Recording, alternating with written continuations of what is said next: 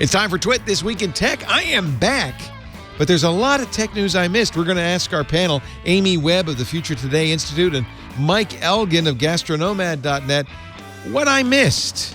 Lots of stories this week, including the latest about the Apple iPhone, Apple Watch, Google's Play in China, and a whole lot more. Stay tuned. Twit is next. Netcasts you love. From people you trust. This is Twit.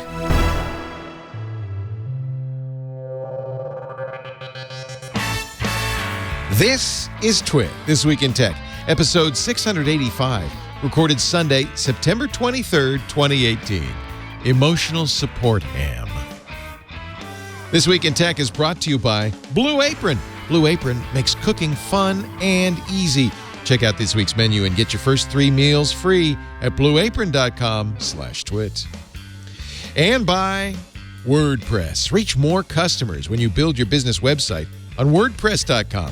Plans start at just $4 a month. And get 15% off any new plan purchase at WordPress.com/twit. And by Rocket Mortgage from Quicken Loans, introducing Rate Shield Approval. If you're in the market to buy a home, Rate Shield Approval locks up your rate for up to 90 days while you shop. It's a real game changer. Learn more and get started at rocketmortgage.com/twit2. It's time for Twit This Week in Tech, the show where we cover the week's tech news. I'm Leo Laporte. You may have heard of me. I used to work here for many years, and then I took a long vacation, longest I've ever taken, thanks to Becky Worley, who filled in. Who else filled in? Was it Jason? Ian Thompson. Thank you guys for doing the show. How many shows did I miss, Karsten? 3. Did anything happen at all while I was gone? Nothing. That's what I thought. Nothing at all. I got back. Boring. It's exactly the same. Joining us from the future, Amy Webb. She's written the book called The Signals Are Talking. She's at the Future Now Institute and is just fantastic. We always love having Amy on the show. Hey, everybody. She actually introduced me not only to the future, but to Japan, which is a little bit of the future. A little bit. Thank you for being here. Amy is got a little cold. Did I say the Future Now? It's the Future Today Institute. I'm sorry. It's today. It's now. It's with it. It's futuretodayinstitute.com. Yeah. Apologize. I always say now. Also with us, Mr. Michael Elgin, who is a world traveler and so understands when I say I'm a little jet lagged. Yeah. I'm from the present, not the future. I'm from way back. Welcome back to reality, Thank Leo. you. We missed you. No, you didn't. But anyway, I'm glad to be here. I would say I missed you guys, and I did a little bit. Lukewarm. You know, it was great not having, we were on a boat, so there's very little internet. And T-Mobile and Google Fi work pretty well to give you internet when you're in port. But I wasn't actually anxious to find out what was going on. I hear there was an Apple event.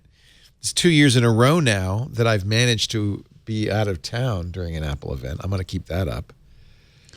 Long story short, they're the best phones Apple has ever made. I have the new watch. I'm wearing the new watch, and I'm pairing it right now, and we'll look at that new face. And then I also have an XS. I'm going to call it the XS. I'm sorry. The XS Max coming tomorrow. But I was a little perturbed because I saw the XS Max. And first of all, it looks a little stretched out, like a little tall, right? Yeah. Kind of like the iPhone 6 did when 6S did or 6 Plus did when it first came out. But then I was a little perturbed because I still noticed 6 lines of icons, 6 rows of icons, and I thought, well, they just made the icons bigger. It's not more. There is a little more screen real estate, and we have a demonstration. This is the iPhone XS, and this is the iPhone XS Max.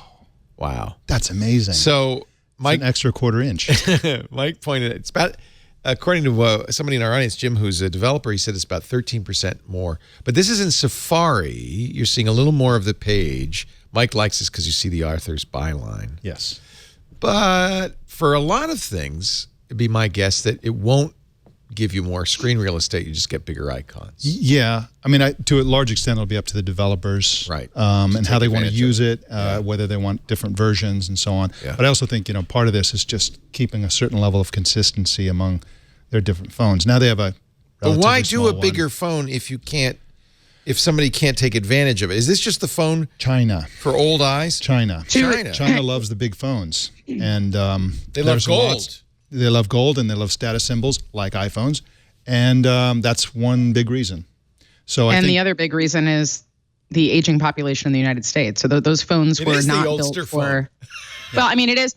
They were not built for Donald Trump because they are enormous, hard to hold in one hand, and they were not built for younger people. These are phones for people with. Is that because he has little hands? Is that the? Yeah. Listen, he also has bad eyesight, so I'm not sure. Quantitative data on this. Actually, either the president, as I remember, unless he's updated, uses a fairly old phone still. Lately, he's been tweeting with an iPhone. Remember, for a long time, it was a Samsung. Yeah, it was old Samsung. Right. Now he's on an iPhone, but I don't think it's the latest iPhone.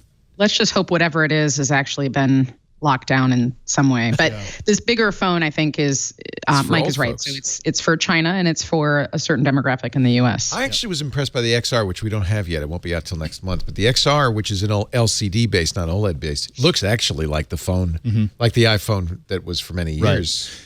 The other thing is that Apple slowly,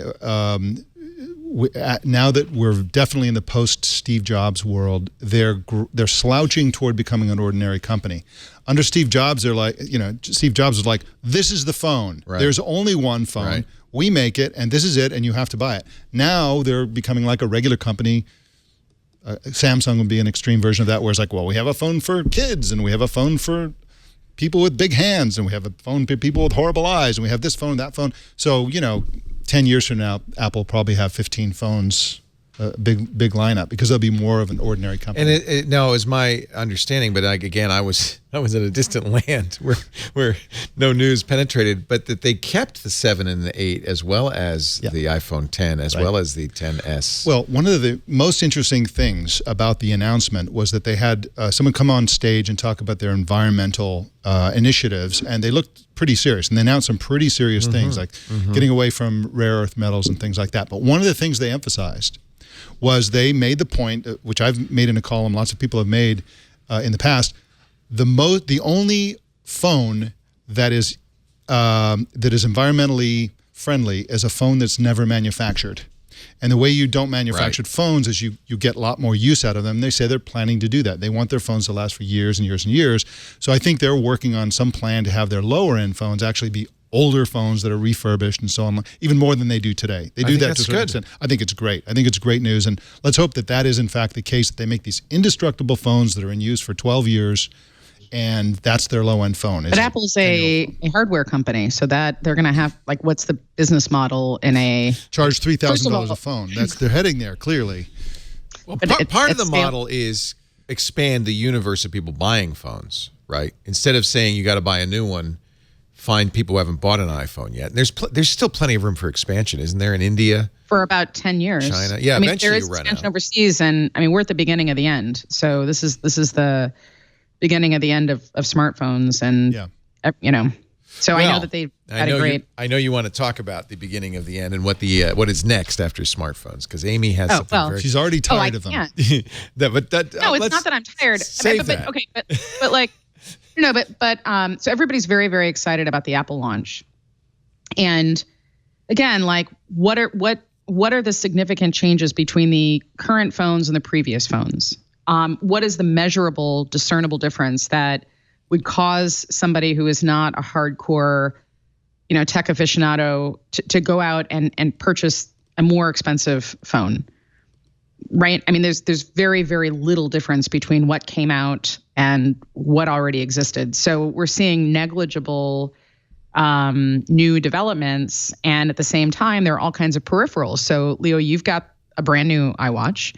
Mike's got an iWatch. If you have a certain amount of disposable income, you're probably not going to go and continue on that 2-year brand new phone cycle.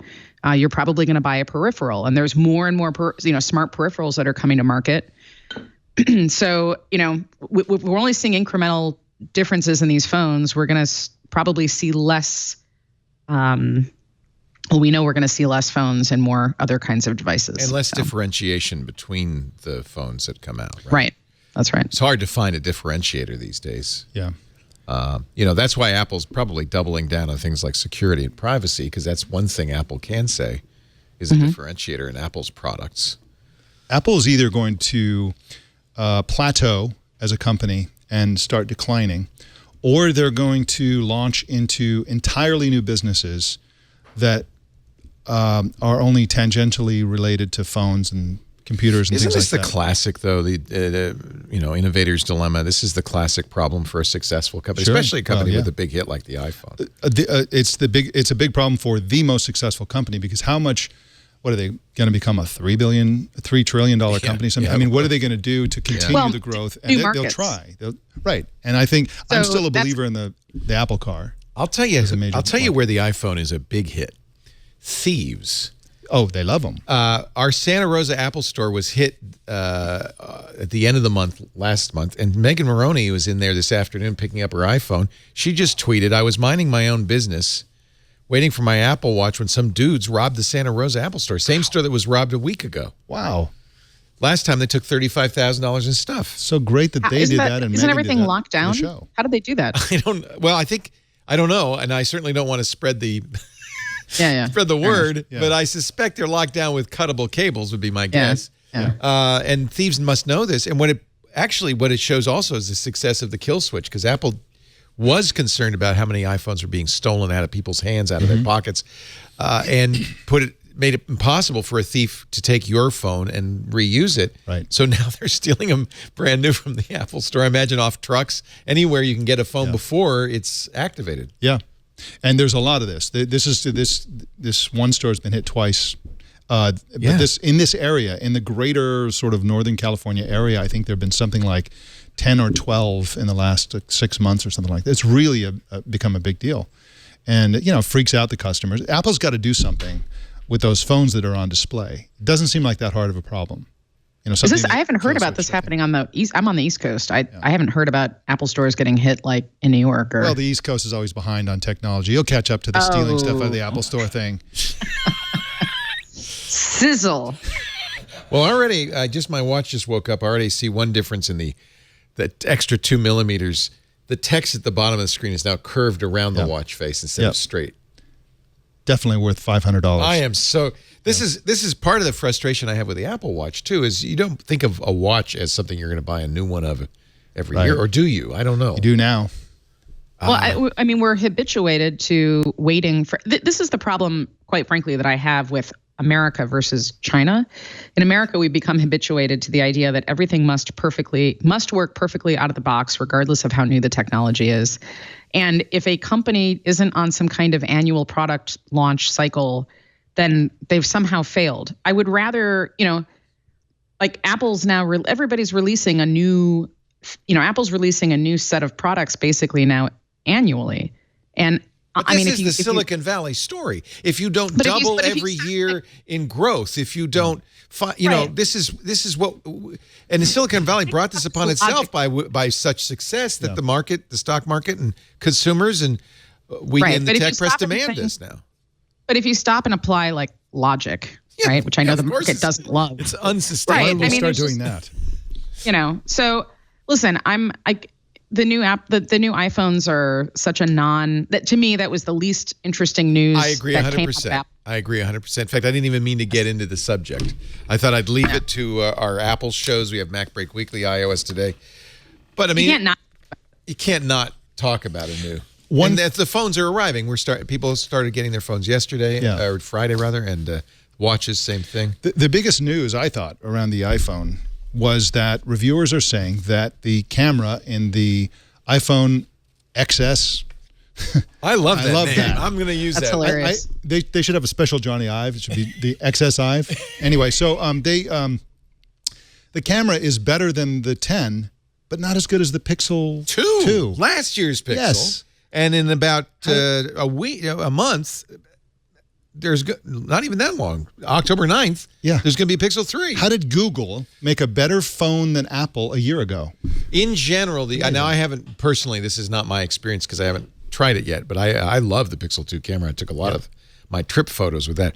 But you saw Vlad Savov of The Verge and many others, Nilay Patel, also of The Verge, many agreed that it's good. It's an improvement. It's a big improvement. And I can see, I've seen some pictures that just blow me away from the new XS. the 10S. But Pixel, they're doing something that Pixel did last year, which is take multiple images, stack them, and create HDRs out of them. And I'm really excited for the upcoming Pixel phones because maybe they'll have a really amazing camera. And Google has shown that you'd only need one lens. Right. Apple's, part of their selling point is multiple lenses. I don't know what apparently everything about the Pixel 3 is already leaked out. Does it have more than one lens? I think it still has one lens, right? I can't remember. I think so. Yeah. I think so. You live in the future. For me, you probably already have one. Yeah, what is it going to be next year? Well, can I just talk? For me, the biggest news from the Apple announcement was the double SIM card in China. And here's why I thought that was important, because that is a significant form factor change. That's a different kind of engineering that, they've basically created a phone specifically for China's market, which tells us two things.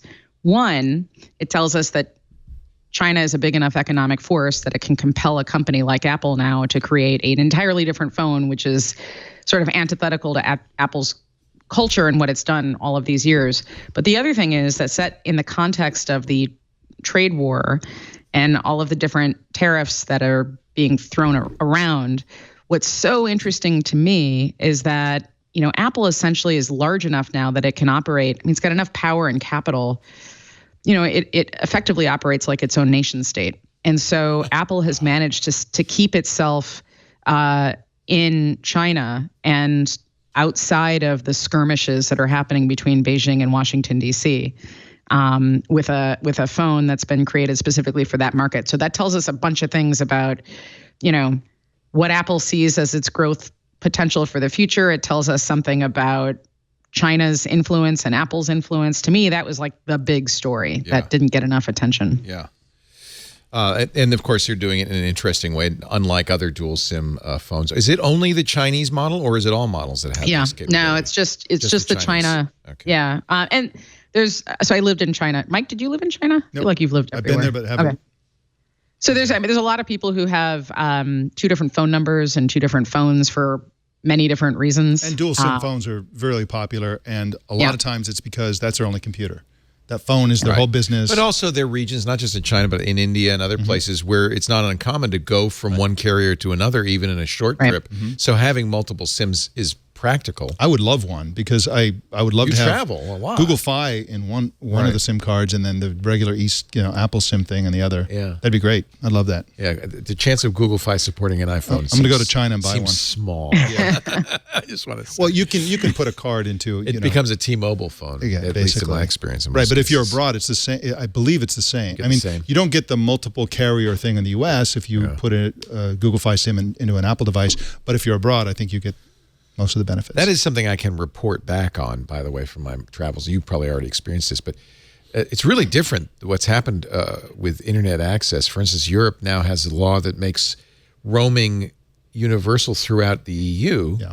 So one SIM does it all. In fact, I was talking to somebody from the UK, which is, I think, Brexiting at the moment. But even then, they could buy a SIM from 3 or somebody in the UK that works everywhere in Europe without roaming. Yeah. In effect, and that's what our Google Fi SIM does. It acts as if it's just local. Yep. And I used so much Google Fi as I was traveling that I got to that 6 gigabit limit where they say, okay, we're going to stop billing you now, which is great. I mean, I used a lot of data. I don't know if it was super fast, but it was fast enough. Love that message they give you? Yeah. They're like, you know what? You've used up all the things, so the rest of it is on us. We're going to pay for all of it. So it never goes more than $60 a month for unlimited data. Plus 20 for the monthly account, so it's $80. Yeah.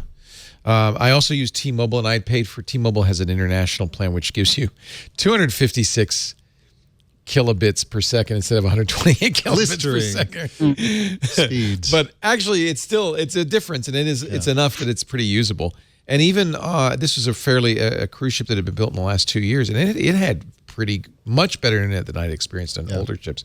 So it's getting, as you travel, ubiquitous internet is becoming more and more the thing at a reasonable price. And that's a nice improvement in general. I want to take a little break. When we come back, I've been gone a long time, and I don't know what the hell happened. So I have charged both Amy and Mike to tell me the big stories of the last 3 weeks. Amy's got 2, Mike's got 1. What were the stories that I missed? And then Karsten's pulled a few stories, and I even found a few, including one from a heart doctor that says, if you trust your life to the Apple Watch, you're nuts! We'll get to that in just a second. I have a little problem because I'm going to go home after the show, and I know my family's going to say, "What's for dinner?" Say, I've been gone 3 weeks. Thank goodness there's a Blue Apron awaiting me. Blue Apron is the #1 meal delivery service in the nation. They deliver fresh, seasonally inspired, pre-portioned ingredients with the recipe, so you don't have to shop, you don't have to menu plan, you don't have to meal plan. They're seasonally inspired, they're always fresh, they're delicious, and what a range of recipes. One of the things they're doing, which I really love, they have celebrity chefs, celebrity recipes. I was doing some Chrissy Teigen. I mean, she's a good cook. Whether you're looking for quick and easy meals or a full culinary cooking experience, Blue Apron lets you choose from a range of recipe options. I know our audience will love the Bob's Burger-inspired recipe collection. Crazy. These are great. And the Whole30 approved recipes. How about crispy chicken tenders tonight? Mashed potatoes with butter, lettuce, and ranch dressing. Okay. Or they always have vegetarian options too. Pasta and creamy tomato sauce with summer vegetables. Blue Apron's really awesome. Every week we pick, because you get a bunch to choose from. The recipes don't repeat very often, I think once a year at most, so you can always get something new and different and exciting. You're going to learn how to cook things like sweet and spicy udon noodles or cool, what is it? Oh, look at that. What was the other one next to that? Was that cod and coconut in a curry bowl? Man, see, if you want to go exotic, you can. That's the nice thing. It's your choice. They have kid-friendly recipes for the family plan. Check out this week's menu, and you'll get your first 3 meals free when you go to blueapron.com/twit. Those are the step-by-step instructions. Very easy to do. blueapron.com/twit. Your first 3 meals on us. Great way to get started. And check out even if you just want to go and look at it, check out the recipes, the celebrity recipes, the Bob's Burger inspired recipes. That's so much fun. blueapron.com/twit. I haven't decided what I'm cooking tonight, but I don't have to worry about it because I get home. It's all there. It's all ready. It's much better than the Family Guy inspired recipes. The Simpsons. Terrible. Yeah, the Simpsons, right? American cheese. It's kind of funny that Bob's Burgers has recipes, and they're great. They're hysterical, the burgers. Some of those Bob's Burgers recipes on the show look really good. Don't they? Yeah. Yeah. Crazy. Yeah, I'd eat some of those burgers. Yeah, for sure. Okay. I'll just mention this. I'm a heart doctor and wary of the new Apple Watch because I mentioned it going in, then we're going to get your stories that I may have missed. This is actually an interesting point. We talk a lot about Apple and their reality distortion field, their amazing marketing, and I celebrate that. Every company has to market. We have to market. Mm-hmm. That's fine. Where it gets problematic is where Apple starts to market to the detriment of people's health.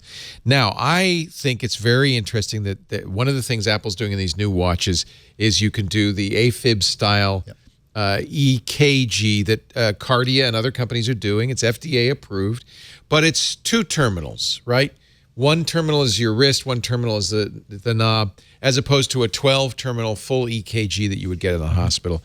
That means it is not as accurate, but more importantly, this physician, he's writing on Medium, Dr. Joe Mandrola says, even with the 12 sensor EKGs, we get about 10% false positives.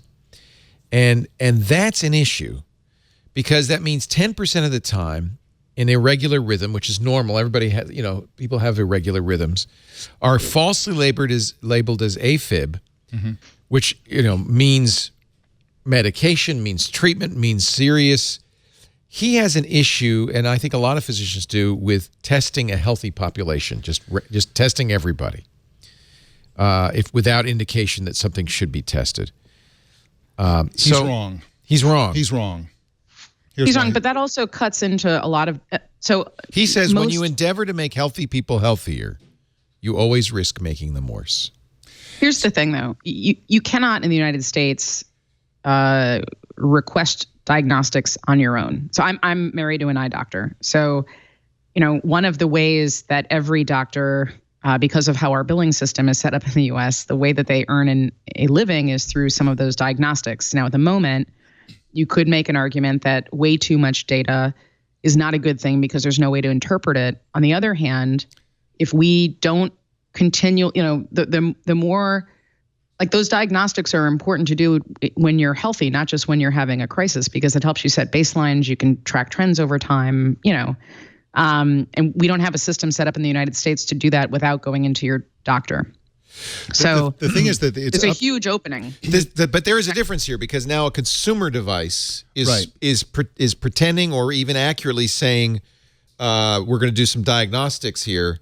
That means many millions more people will now get these tests. But there's no harm in it, and the reason is that that's the question. Is there? There isn't, because basically, first of all, my heart doesn't belong to my doctor; belongs to my wife.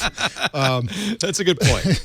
and if I want some help because I'm a geek to make the decision about whether I go to the doctor and say, you know what, I'm concerned about my heart, this is what this is for. Nobody's going to prescribe medication or treatment based on the Apple Watch. Right. Nobody. You still get hooked up to the big EKG. Right.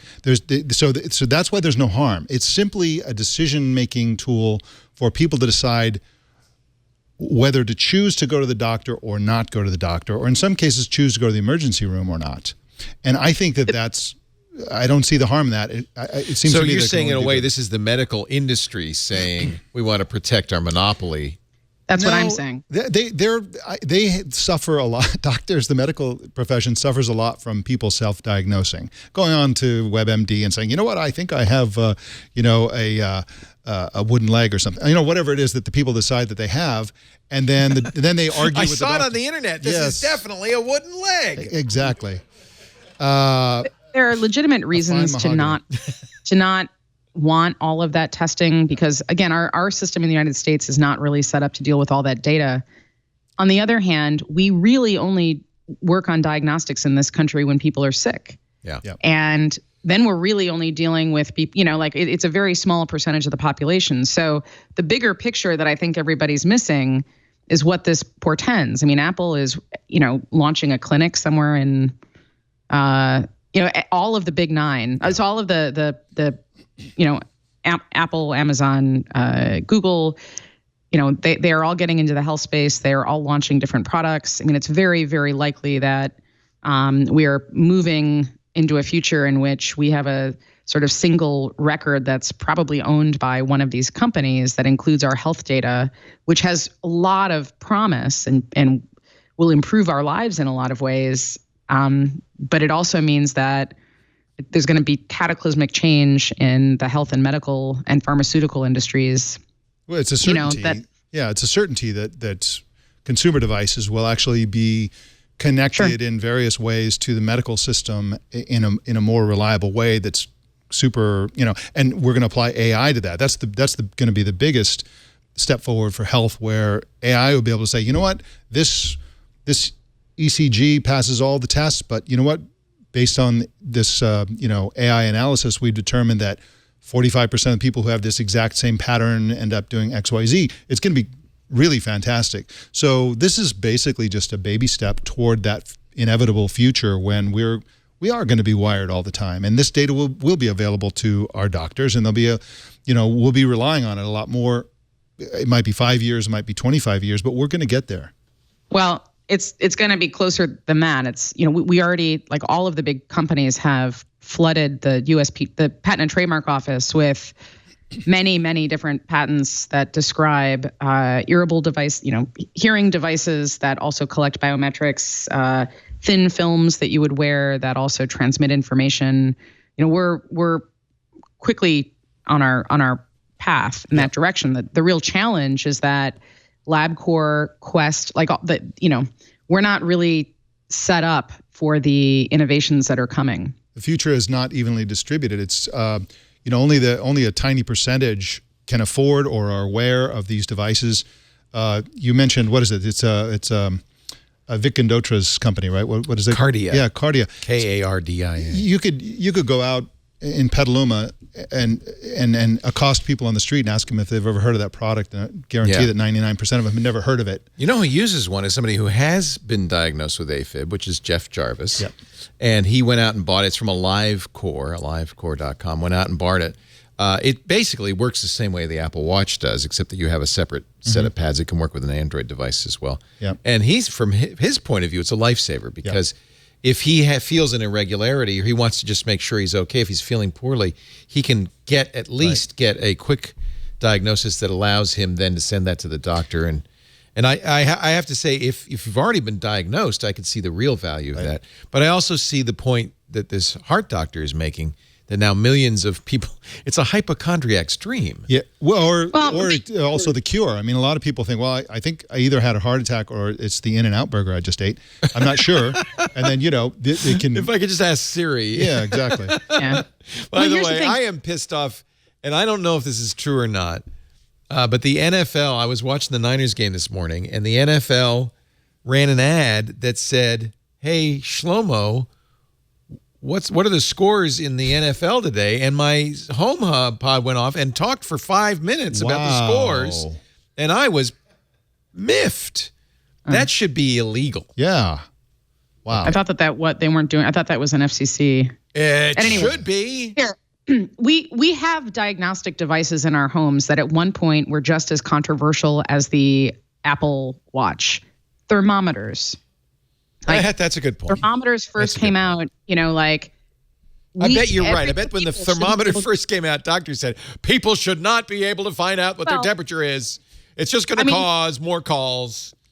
No, but it was the same. I mean, obviously not at that point, but it was the same sentiment. So what we're butting up here against is change that puts that empowers the masses and takes away some of the purview of a small group of people, previously who were the only ones allowed to get and gather that information.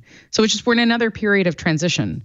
But every, like we can certainly talk about the watch and about AFib and everything else, but this is a tiny sliver. I mean, every company now is working on a suite of products, including Apple. The watch is just a tiny piece of it. Yeah. As a journalist, I want a device that measures the caffeine content in my bloodstream, so I know. I better have another shot. I can't talk about it yet, but I think soon I'll be able to talk about this ring, which I wore on the whole trip, that does do a lot of diagnostic stuff. You used a word. I like this word. Did you coin the word earable? I think I did, but hearable or earable? Earable. It's not a wearable. I say earable. Earable. No, this is which is a wearable in the ear. Yeah. Yeah. I like that. The ones that I've got right now respond. So I've got a very awesome set of wireless Bluetooth headphones that respond to gesture, touch, and speech. So I can, but everything that I've seen that's coming also collects your biometric data for transmission to something like a health kit or right. Google's Calico or whatever. Lobe top computing. This goes to HealthKit, but also this is interesting. I haven't seen this before. It's a two-way street. It takes from HealthKit as well. So I can't talk about it yet because the guy who's selling these, who created this, said we're not ready yet. But I'll be doing a review. But it gives you it says my readiness is low. Thank you. What, the show? Ready for what? Readiness low. Ready for everything. Yeah. What are you not ready for? Anything. That's a good question. He's not ready for the data. Yesterday it was take it easy. The day before, great work. My readiness was high. Wow. The day before, take it slow. The day before, balance is key. That's when you were on the camel. That's the camel. You saw the camel. So like a digital mood ring. What it's doing, I think what it's measuring is heart rate variability, which is, I'm told, a key indicator. You were having fun, and the rest of us were struggling in the digital information mines. Did you hear that that Jack Dorsey published his heart rate through his based on Twitter? No, yeah, while he was in the Senate hearings, he said, "Well, here's that's they asked funny. me this question, and look at my heart spike." Oh, that's hysterical! Isn't that amazing? No, the hysterical part is that his resting heart rate matches Lance Armstrong's. He's got 1.5 beats per minute. It's like a ridiculously low number. Yeah. Well, he looks like a meditator type guy. I think when we should plot income against resting heart rate, because I guarantee you, the more money you have, the better your resting heart rate is. I don't know why, but I just feel like there's a correlation. It feels like the rich are in better shape than the rest of us. I also wanted to see Alex Jones's heart rate. He does not look healthy. No, he does not look healthy. No, he does not. But maybe it's because he's apoplectically red all the time. I don't know, but he does not look healthy. Did you watch to say something? think you're what? Somebody. I think I heard something. It was Alex Jones. People are talking all the time now in my house, Yeah. everywhere I go. My poor wife, she said there was something talking in your office, and I tried everything. I said, hey, Google, hey, Amazon. I couldn't figure out which device was giving me that information. All right, I said, and I want to do this. I said I would ask you guys, what did I miss? This should be a new feature. I'm going to make this every week. Carson, let's do this every week. So now I don't have to read the tech news anymore. What did I miss this week, Mike Elgin?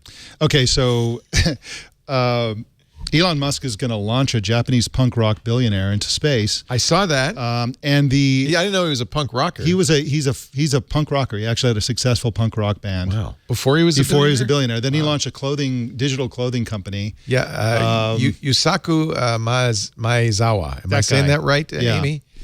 Kind of, yeah. Yusaku Maezawa. Anyway, so he's it's interesting because if you look back at the things we thought were important from like 15 years ago, oh my God, the Palm Pilot is the most, they weren't that important. But launching tourists into space, this is a big change for what human beings do. He didn't, by the way, just buy one seat. He bought the whole rocket. He's an art fan. He's going to bring a bunch of artists, which, into space, which, I guess they're pleasant enough people, artists. But what was funny about during the press conference is that Elon Musk is like, he knows it's dangerous. He knows he's probably going to die. And he came to us. We didn't go to him. He came to us. So wait a minute, probably going to die? I didn't hear that part. No, I'm exaggerating for comic effect. But basically, Elon Musk says he knows this is a very dangerous thing that he's doing. He could die. Right. Yeah. We'll still cash his check, but he could die. He could take all the artists with him. But to me, the idea, the ambition for a private company to, we've crept up to this moment because this guy's got SpaceX a lot of money, and Blue Horizon and stuff. He bought a Basquiat painting for $110 million. Yeah, he's swimming in it. He's swimming in it. But the idea of launching tourists into lunar orbit is just might be the second biggest thing humanity's done other than landing on the moon and walking around playing golf. I mean, it's a big deal, and I think that's the biggest general news story of the week that you may or may not have missed. All right. Yes, and I hope he survives. There was other Elon Musk news. Yeah, I'm sure. It was pretty much all Elon Musk news while you're gone. I think there's a lawsuit. There's all sorts of stuff going on. But by the way, why don't we get weed and whiskey on the show? It's like what was that? He went on Joe Rogan's show and toked up. I think it was peer pressure. He didn't want to look like a not cool guy. Okay, I just want to say, we have never pressured anybody to smoke marijuana on this show. Yeah, it's mostly edibles, right? So we do offer a wide range of edibles in the commissary, but it's up to you. You know who didn't like that segment are the people who were fired from Tesla because they didn't pass a drug test. Oh, that's a good point. They did not like that video. That's actually a really good point. And I think the shareholders maybe didn't like it so much either. Yeah. Was there a little bit of pushback from the board? Tiny bit of a dump. Yeah, there was a stock drop. went down. Yeah. There was a reverse correlation between how low the stock is and how high. How do you Elon like this Musk story? is. Funding secured. That was Elon's tweet about taking Tesla private. May become the two costliest words ever tweeted. I don't know if there's precedent for that. He tweeted it. It's not. I mean, this goes back to like how are we tweeting? How are we treating? Yeah. What is Twitter? Twitter as a platform, because it can't be in only some cases like. It can't be, as far as the SEC is concerned, certain tweets are held to a higher level of scrutiny, but as far as other federal agencies are concerned, they're not. It can be demonstrated that the tweet changed the stock price, and I think that's the problem. Yeah. So, and by the way, this is a criminal probe. Yeah. This is not just some slap on the wrist. Yeah. I don't know what's going on with Elon. There's something is going on behind the scenes. Everybody should get off Twitter. That's number one. I know you two both love the Twitter, but no. Wait, I don't love the Twitter. Twitter is a utility that I use for certain things. I see it as an occupational necessity because it's basically just journalists talking to each other. Yeah. But then there are others who really are not doing themselves any favor. The president, Elon Musk. Well, I think that Twitter's been very good for the president. Oh yeah, you make the argument until his tweets are evidence in the court case. All right, that was your story. You're going to stick with it? I'm going to stick with it. Amy betted before the show that she would not overlap with you, and I think Amy is not going to overlap with you. What did I miss this week? So, well, actually, I've changed my other thing because it relates to what Mike said. You have too many. You can do more than one if you want, Amy. It's okay. All right. So the quick thing is a really wonderful show called The First, which is just launched on Hulu. It's by Bo Willimon, who was the showrunner for House of Cards, the first couple seasons. It's set in the year 2031, and it's about the first group of people ever to try to get to Mars. So it's not space tourism, but it is 100% space related, and it's about just the challenges that humans face trying to achieve these huge feats in space. Okay, you had me until I saw that it stars Sean Penn. Yeah. He's good in it. The show is terrific. I worked on it, so I. This is the one you were the consultant on. Yeah. So I created the year 2031. Anything that keeps Sean Penn from writing any more novels, I think is a good thing. He's a fine actor. So anyhow, but I'm glad. I paid for Hulu because of the Handmaid's Tale, and I forgot to cancel. So I'm glad now that I have that. Yeah, because I'll be able to watch this. Did it launch? Is it launching now? Yeah, and it was the first time they put all the episodes out at once because it's binge worthy. But I will say this. A lot of people got confused and think that it actually takes place on Mars, and it doesn't. It takes place in the year 2031, and it's everything that leads up to everybody trying to get to Mars for the first time. And in fact, the series, which is 8 episodes, ends as they're about to make the launch. Yeah. I hope that's not a spoiler. It's not. It's not. It's good. It's really good. I will watch it tonight. I was looking. I thought I haven't watched TV in 3 weeks. What should I watch? So now I have something. It is not like a super fast-paced Jack Ryan sort of. It's a slower moving. But anyhow, to Mike's excellent point about what it means to go to space for different reasons than we've gone before. And what that implies. I mean, it's really interesting stuff. So the choice. But my actual most important story of the week was Amazon. Amazon launched a whole bunch of different products and services. Everybody is very fixated on this microwave, and somehow everybody has lost the sight of the bigger picture. The clock. And if you look at all the other things that Amazon is engaged in, which has to do with, AWS and securing larger government contracts for various things, it is crystal clear that we are quickly moving into a near future scenario where we are living in an Amazon home, a Google home, or an Apple home. And the Amazon home, because you can't mix.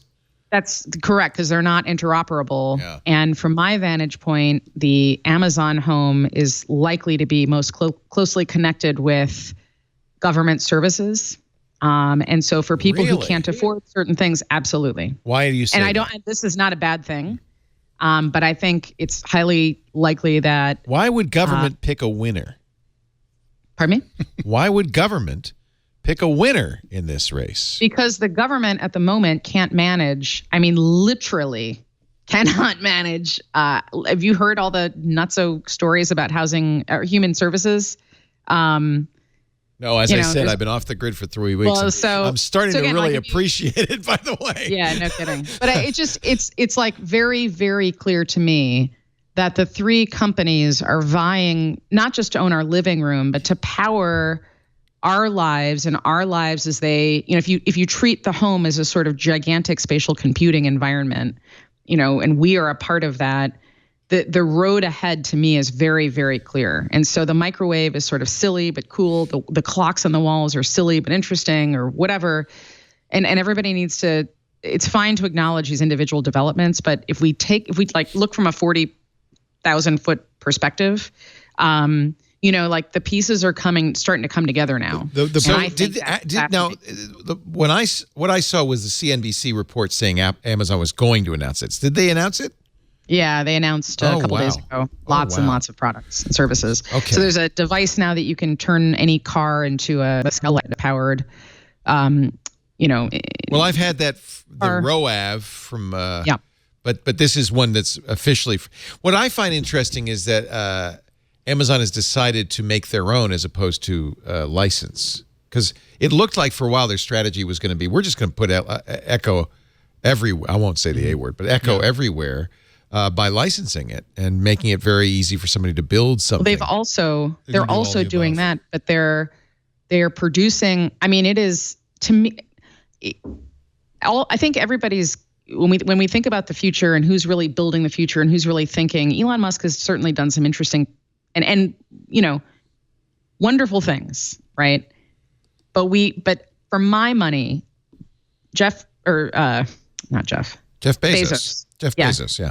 For my money, if I think of like who alive today is the most visionary, is thinking the most long term, not 10 years into the future, but 80 years into the future, Bezos is at the very, very top of my list. Just everybody with their own space program. So that's Musk, that's Bezos. If you have a space program, you're thinking about the future. By the way, I saw a really horrible movie last night that had an interesting point to it. It was Fahrenheit 451, the new one. Yeah. And it was great book. Awful movie. Wonderful Ray Bradbury book. The original movie was good, too. And the original movie was pretty good. This movie, not so much. But what was interesting about it is they modernized it in part by saying that the whole world as constructed, which is that everybody's happy because we burn all the books and get rid of all the hard drives. Thinking is always bad for you. That this began with the tech companies of that era. They said that the tech companies of that era partnered with the government to create this world. So essentially what you're talking about, Amy, is where we're going to be living in this Amazon world, this Apple world, or this Google world.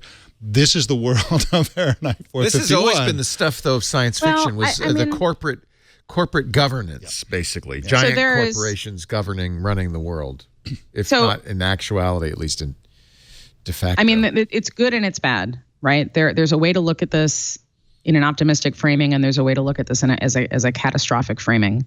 If we do not do something in the United States sometime very soon to bridge the divide, the wealth divide that our technology is creating, we're going to wind up in a really bad spot. So, the government itself is not going to subsidize the technology or the development of it in a lot of ways. So if you live in an Amazon home or a Google home and some of those devices are, and the services are being subsidized through the collection of your data and the mining and refining of your data, that's a trade-off. And for some people, that may not be a big deal. And for other people, that may be, Are you familiar with this book by Anand Giridharadas, Winner Take All? It's his thesis. I haven't read it yet because it came out just before I left. But his thesis is that this is exactly what we've kind of done, which is say, look, government's failed us. Let's turn to the elite and especially to big tech companies and let them solve all the problems of the world. And I think we already have enough evidence that that's not going to work. Yeah. But he says that's kind of what's happening. He even says this is the election of President Trump is actually manifestation of that because it's the idea of, well, a business leader could probably solve our problems, right? Yeah. Because government cyclical, though. But he's doing a great job proving this is true. This has happened before? Sure. I mean, in the 1910s to 1930s, we had big tech companies partnering with the government to develop, computers and weapons. Well, this is the opposite, though. He says, all around us, the winners in our highly inequitable status quo, he's talking about the gulf between haves and have-nots, declare themselves partisans of change. They know the problem, and they want to be part of the solution. Actually, they want to lead the search for solutions, and they believe their solutions deserve to be at the forefront of social change. You could say that with Mark Zuckerberg, right? Yep. You could say that with Larry Page and Sergey Brin at Google. You could say it with Jeff Bezos. I think Bezos is the least political of all of them, but... Oh, I disagree. I think he's just not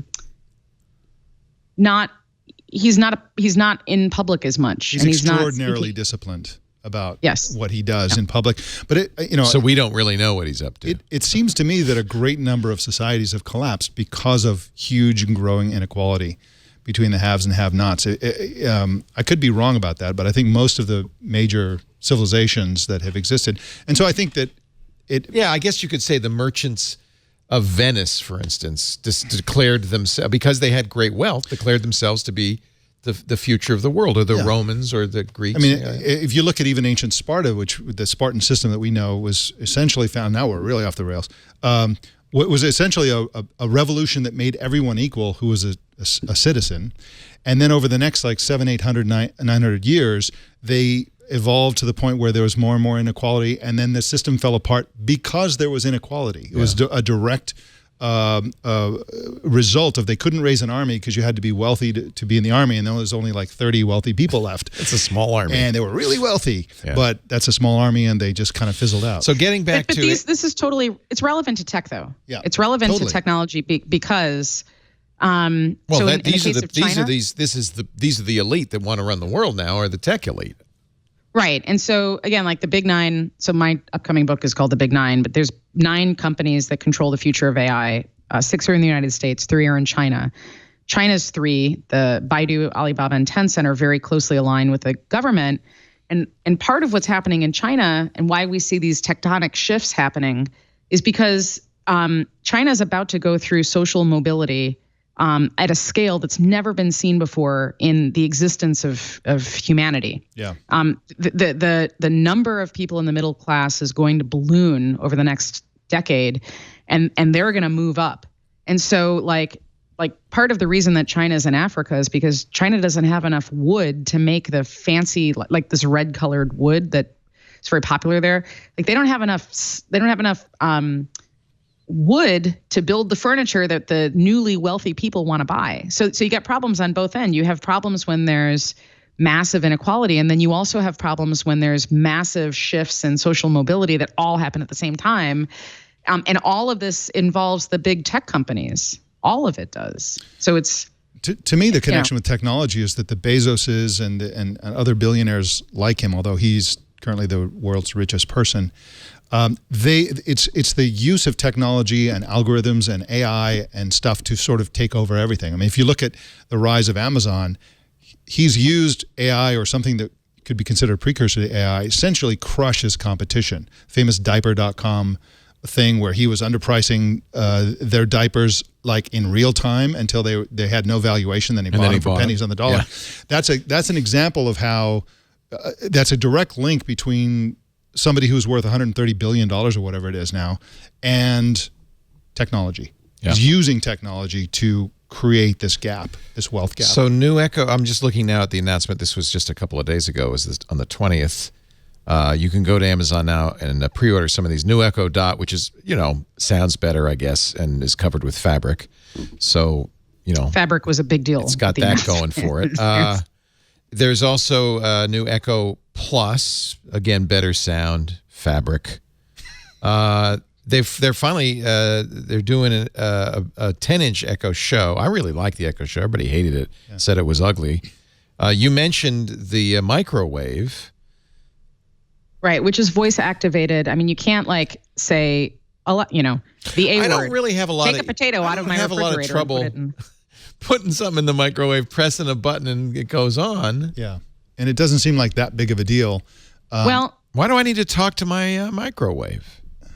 They said the user interface for the microwave is stuck in the 70s. Yeah. So it depends. How much microwaving do you do? This is a totally legit. Microwaves have become overly complicated. The microwave in my mother-in-law's home, my in-laws just moved. They've got new technology in their house, and I can't even. That microwave's way overcomplicated. It's too many questions.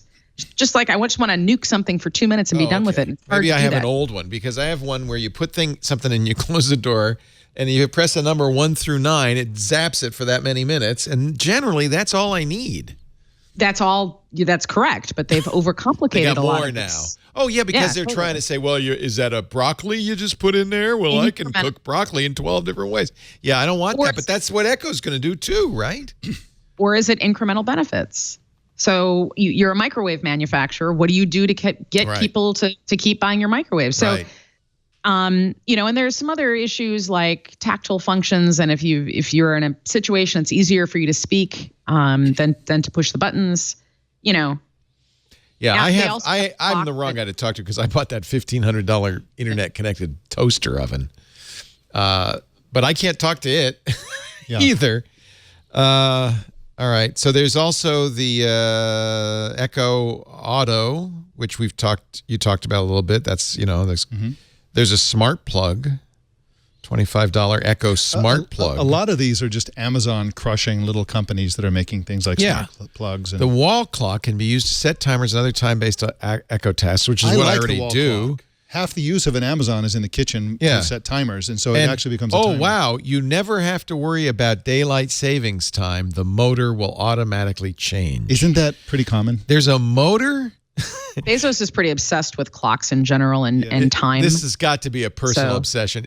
By the way, just so you know, the new budget eliminates WWV, the automatic time station, and the ability to have these automatic clocks set themselves to WWV. That signal's going away as well. So, when you say new budget, what are you talking about? The budget for NIST has been vastly cut. Oh. And among other things, among other things, but as a result, they're killing WWV next year, which is, I mean, I have a lot of clocks that are supposed to set themselves to the WWV. We do too. Do that anymore. I don't know what'll happen with this Echo wall clock, but it does have a motor. I'm just glad to see. You'll never have to worry. The motor will automatically change, said some guy named Limp. I guess he was at the event. I don't know. He's also the guy who said the microwave was stuck in the 70s. I got to find out who this Limp fella is because he's insightful. Another thing that's really interesting that Amazon announced is an easy setup mode. Now, you appreciate this because of what you went through before the show with your Apple Watch, the setup.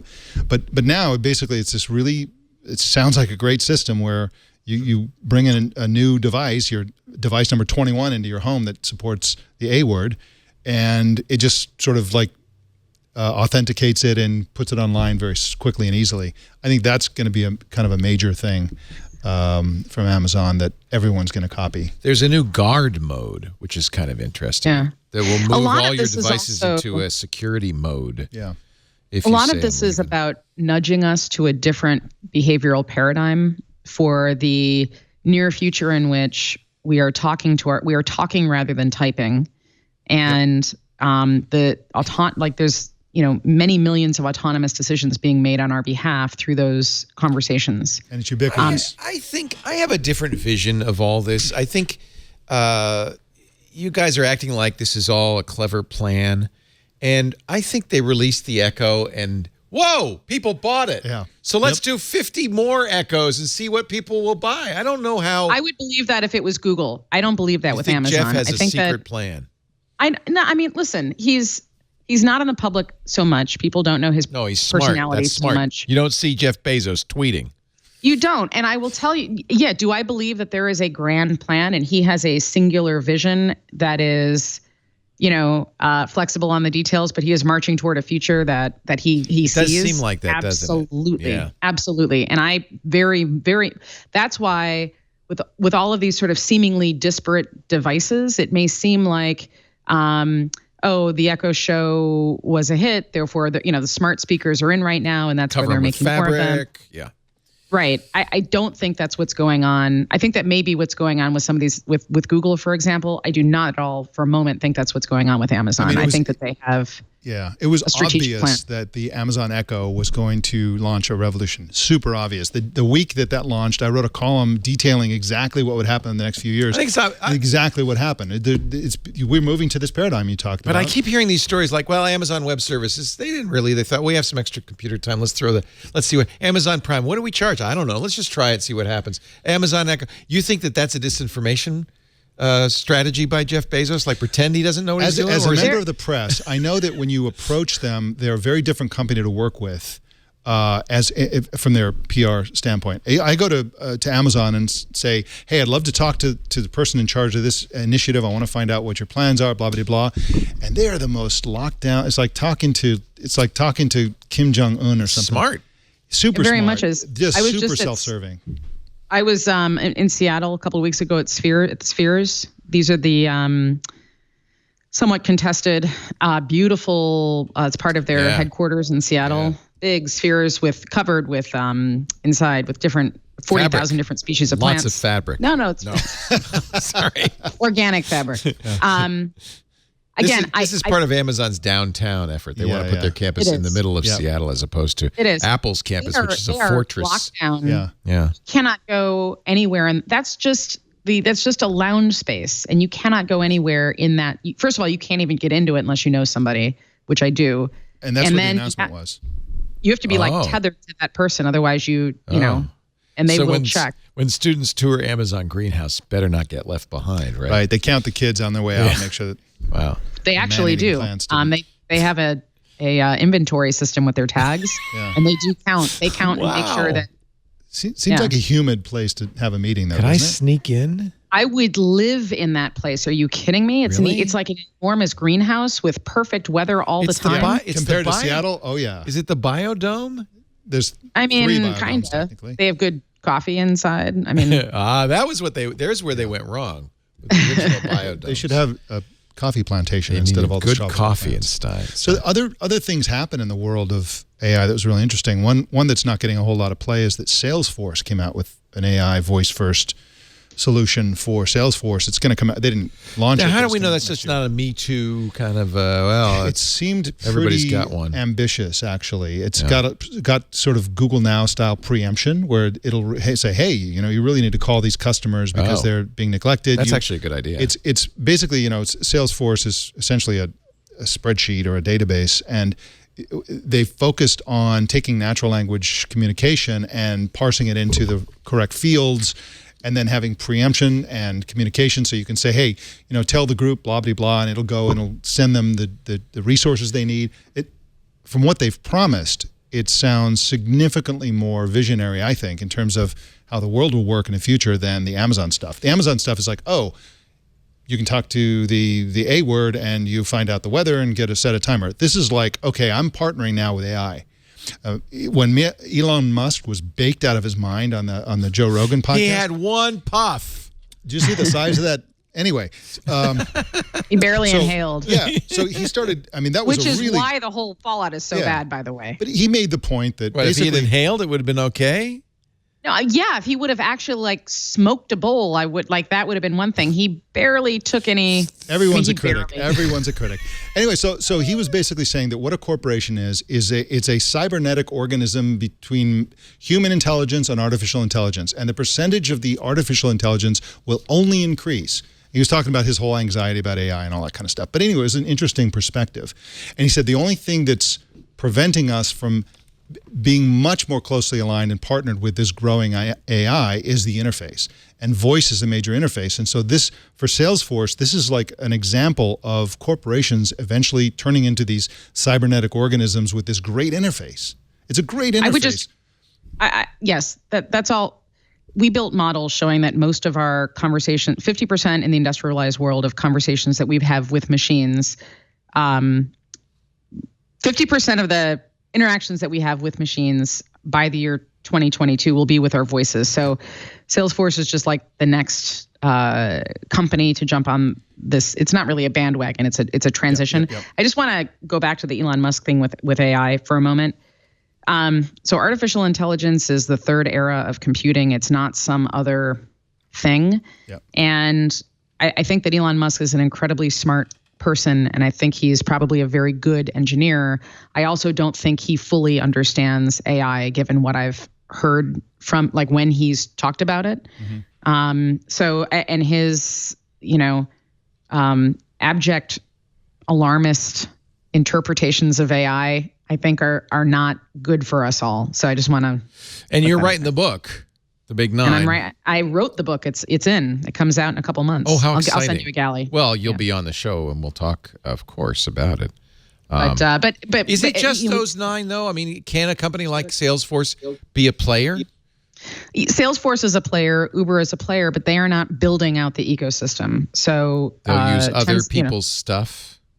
That's right. So they are locked into. In the United States, Amazon, Google, Apple, Microsoft, IBM, and Facebook. And I think that pool will shrink over time. And in China, it's the BAT. It's Baidu, Alibaba, and Tencent. I personally think the most interesting company in AI is Apple, because they use AI for the most trivial things. I mean, the way that AirPods work. Yeah. They use an AI to sync up and so that the AirPods know if they're being held in your hand or they're in your ear, or whether there's one in them or two, and should they have stereo or mono. It's like they use AI for the most minuscule little things, and I think that's so interesting. But that's not that remarkable. Again, this is just the AI is not like that's just an example of autonomous decision making for singular purposes. So like like it's not like is Apple it even autonomous? I mean, it's really just an algorithm saying, well, based on these three inputs, you're holding it in your hand. What's interesting about it? How intelligent is that? Yeah, it's not going to give us levitating cars and stuff like that. But what's interesting is every little thing is using some sort of something that could be considered AI. I'm very interested. Leo just Actually, said I'd like to hear your definition, Amy, because I think a lot of stuff we call AI is just algorithm. And this is So Leo just said something really, really smart, which is what? Wait a minute. Let me write. I know, right? It's crazy. 1 point for natural intelligence. I blame my watch. So since AI has been in some form of development for 400 years, and in the modern era. Wait a minute. 400. Wait a minute. How could it be 400 years? You mean before computing? Because if you go all the way back, there's and you could even go further back than that. There's always been a connection between mind and machine, and the notion of making decisions and performing tasks, and all of, you can sort of draw a squiggly but pretty consistent line between Descartes and Hobbes and Yann LeCun, right? And the work that he's working on at Facebook. But here's the thing. So throughout this entire process, every time something that is within the umbrella of artificial narrow intelligence becomes so routine and part of our everyday lives, we no longer think of it as intelligent, right? At the heart of it, all AI really is a series of a system using data to make decisions. I mean, that's like the most basic explanation. And so the obviously the world of AI is far more sophisticated than that, but that's what we're really talking about. And it's the ways in which that data is used, the types of data, and the kinds of decisions that are being made, and the actions that result. So okay. And so for that reason, again, I think Amazon is the company. If you're watching AI, Apple is for me. Amazon is the company to watch, probably followed by Google, and then there's a drop off. You have something I covet, and I want you to show us in a little bit, Amy Webb. She spent some money to get something fancy, and it's not an Apple Watch or an Apple iPhone. Mike Elgin is here. By the way, I turned a lot of people on during our trip to Digital Nomad. Wonderful. Because this is real travel. Gastronomad.net. That's it, not Digital Nomad. Yeah. I always get it wrong. Gastronomad.net. That's right. Mike and his wife are putting together travel experiences around food. If you click the experiences button at gastronomad.net, you'll see some of the experiences. Your next one is? We're doing Prosecco Hills. We got our second Prosecco experience. In Italy. Next month. Yep. It's sold out. We still have a couple of slots left for Mexico City for New Year's Eve. That's going to be completely crazy. Oh, I would love to do that. Yeah, and Morocco experience, another Prosecco experience, and then Provence. And these are starting to fill up pretty quick. Maybe it's the people on your boat. But these are fantastic experiences. We do the opposite of tourism. Everything we do is exclusive to us and our group, and we get in there. We don't just taste wine. We make wine, and we taste it. We go to the homes of the winemakers. It's a very personal, very fun. It's constant fun, and that's such a great idea. And I'm thrilled that it's really taken off. It really is. A lot of repeat people. A few. We had some people who signed up halfway through an experience. They signed up for the next one. Yeah. So we're increasing the number of people who are repeats. We have somebody who signed up for 3 in a row. Just boom, boom, boom. It's really. Lisa and I better get on the list quick. It's really resonating. How big is each group? 6 to 10 people. They're small, which is what I love. Prosecco Hills is only 6 because we're in this 400-year-old farmhouse. They built it with the very first artificial intelligence 400 years ago. You know what it was? They put the livestock on the bottom floor, and the heat rises and heats the entire building. So intelligent. So does the odor, but you're warm. So that's better than nothing. So our biggest one was Provence, which we had 10 people, but it's really a small group, very small groups. Highly curated. Yes, highly curated, and it's fun. It's all food all the time. And my wife is just genius at finding these people and these visionaries. You're selling out like this now. It's fantastic. So, if you want to check it out, just check out the website and everything is explained there. But, do you arrange all the travel and everything, or do they have to? People arrange their own airfare. We pick them up at the airport, and between pick up and drop off, we take care of everything. We're in charge. Yeah. And the funny thing is that it's just like, this is what we love to do. It's like, we can't believe, that we get to do this every time. Yeah. I mean, it's just so much fun for us. This is an example of somebody who's found, something that they love to do and found a way to make a living doing this. Yep. And it's got to be challenging because you're all over the world. I mean, it's impressive. It's challenging for my wife. Yeah, Mira's a brilliant cook. One of the best cooks I've ever had the pleasure of. But we go to a place and she'll be there for months planning these things. And then the thing is a week, and so we really can condense it. But she does almost all the planning. Yeah. And I do almost all the eating. All the eating and drinking. So, division of labor. Amy Webb is also here. Her previous book, The Signals Are Talking, is available on Amazon and everywhere, about becoming a futurist. Her new book is on AI. Comes out, you said, in a couple of months. I'm excited. That's great. Comes out on March 5th and then launches at South by Southwest. You can find out more about Amy and what she does at Future Today Institute. In fact, they put out a report every year of what the future is or something. We have an annual report. It's in its 11th year on all the emerging tech trends you need to pay attention to for the following year. Last year we had, I think, 175. We've already started putting together next year's report, which is, I'm being told by the company that prints the books that it is larger than they would like for it to be. I'm sorry, but the future's not getting smaller. It's not. The tech trends. So you can get the 2018 tech trends now at futuretodayinstitute.com, and you can, of course, keep an eye on Amy. And I have to say that definitely I'm looking forward to the next book, but everybody should definitely read the last book. Signals Are Talking. It's very good. Yeah. Love how you start. You started it has this sort of like neuromancer feel. It's Akihabara. Sky was the color of a television. No, she doesn't say that. But yeah, it's a very, very good book. Everyone really should read it. Oh, thank you. Thanks. Yep, highly recommended. There is an audio version that I did not read, which is good. Get it on Audible, Our show today brought to you by WordPress. So I think I mentioned this. I certainly blogged it. I have discontinued my use of the evil trio, Facebook, Twitter, and Instagram, preferring instead to mail postcards. I think that's so cool. Oh, it was so much fun. I really do. Bill Atkinson's photo card app. And I mailed it to family and friends. But what I realized is that this also makes an excellent blog piece. So I'm putting my stuff on my WordPress blog. I love WordPress.com. It's made it very easy for me, as easy to post to WordPress as it would be to put up a picture on Instagram or to even to tweet. It made it very easy for me to share my life and my travels. These are some pictures from Barcelona. There's my beautiful wife. We had so much fun. There's my pants. And it's so, and I'm putting the postcards up too. And WordPress is a great place to not only to host them, but to post them. And I really like the idea of, you can keep your social media. I'm not saying get rid of your social media, but you ought to have a place on the internet that's your home. I find it easier to follow you now.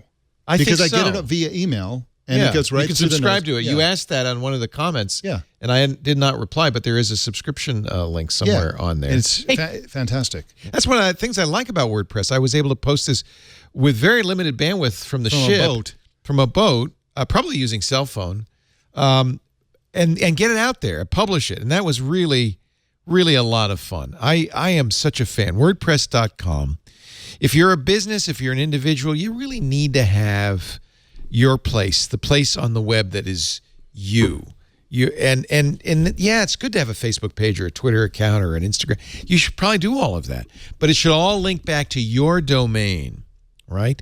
That's what Google's going to show when somebody searches for your name, your business name. And it's so easy. WordPress takes care of the hosting, the security, the software updates. You focus on the content.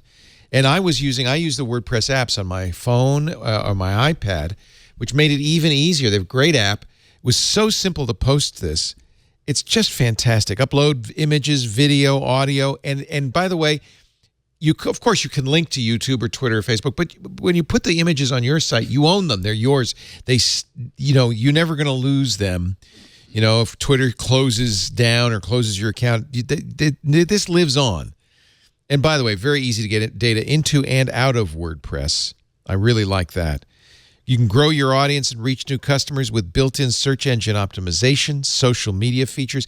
For instance, people can share my pictures on their Instagram or their Twitter or their Facebook. It's very easy with a simple button push.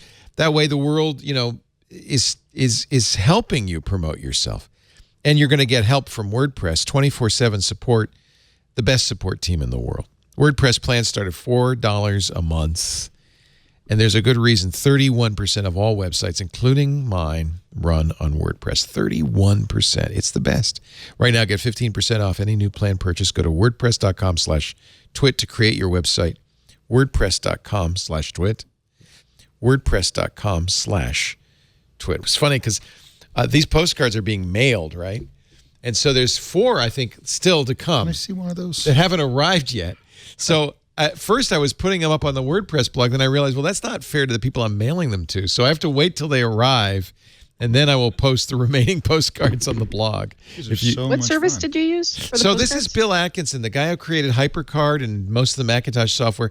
He has, and I worry because I think people aren't using this. Bill said, yeah, it's a lot of work, and it's just not generating the traffic I thought, but it's called PhotoCard. It's an iOS app. And it makes these large laminated cards. It mails them too. So I'm in Europe, and I didn't have to. It got mailed from the U.S. It costs about $1.50. That includes the postage. These are really good quality. Yeah, super printing. high quality. So you could frame them or whatever. And I just I sent it to my mom, my kids, Lisa's parents, Lisa's sister. I sent one to work, just as a way to kind of say, In the past, I've put it on Instagram, and I think this is actually better. Yeah, it gets lost in the mix on Instagram. And here, those are frameable. Those are really I know the quality is really good. And you write on the back, you write a little stuff. I put it in a handwriting font, so it looks like I'm actually writing. Now you have to import the photos into your iPhone, and then use the up there. Okay. So the camera I use, and most cameras will do this. Canon does this, Panasonic does it, but the Sony software. It's really weird software, but it will import from the camera via Wi-Fi. So every night I'd get home, I'd copy everything over to the iPad, so I had all the access to all that stuff. Even though I had Lightroom, I didn't bother editing these yet. Yeah.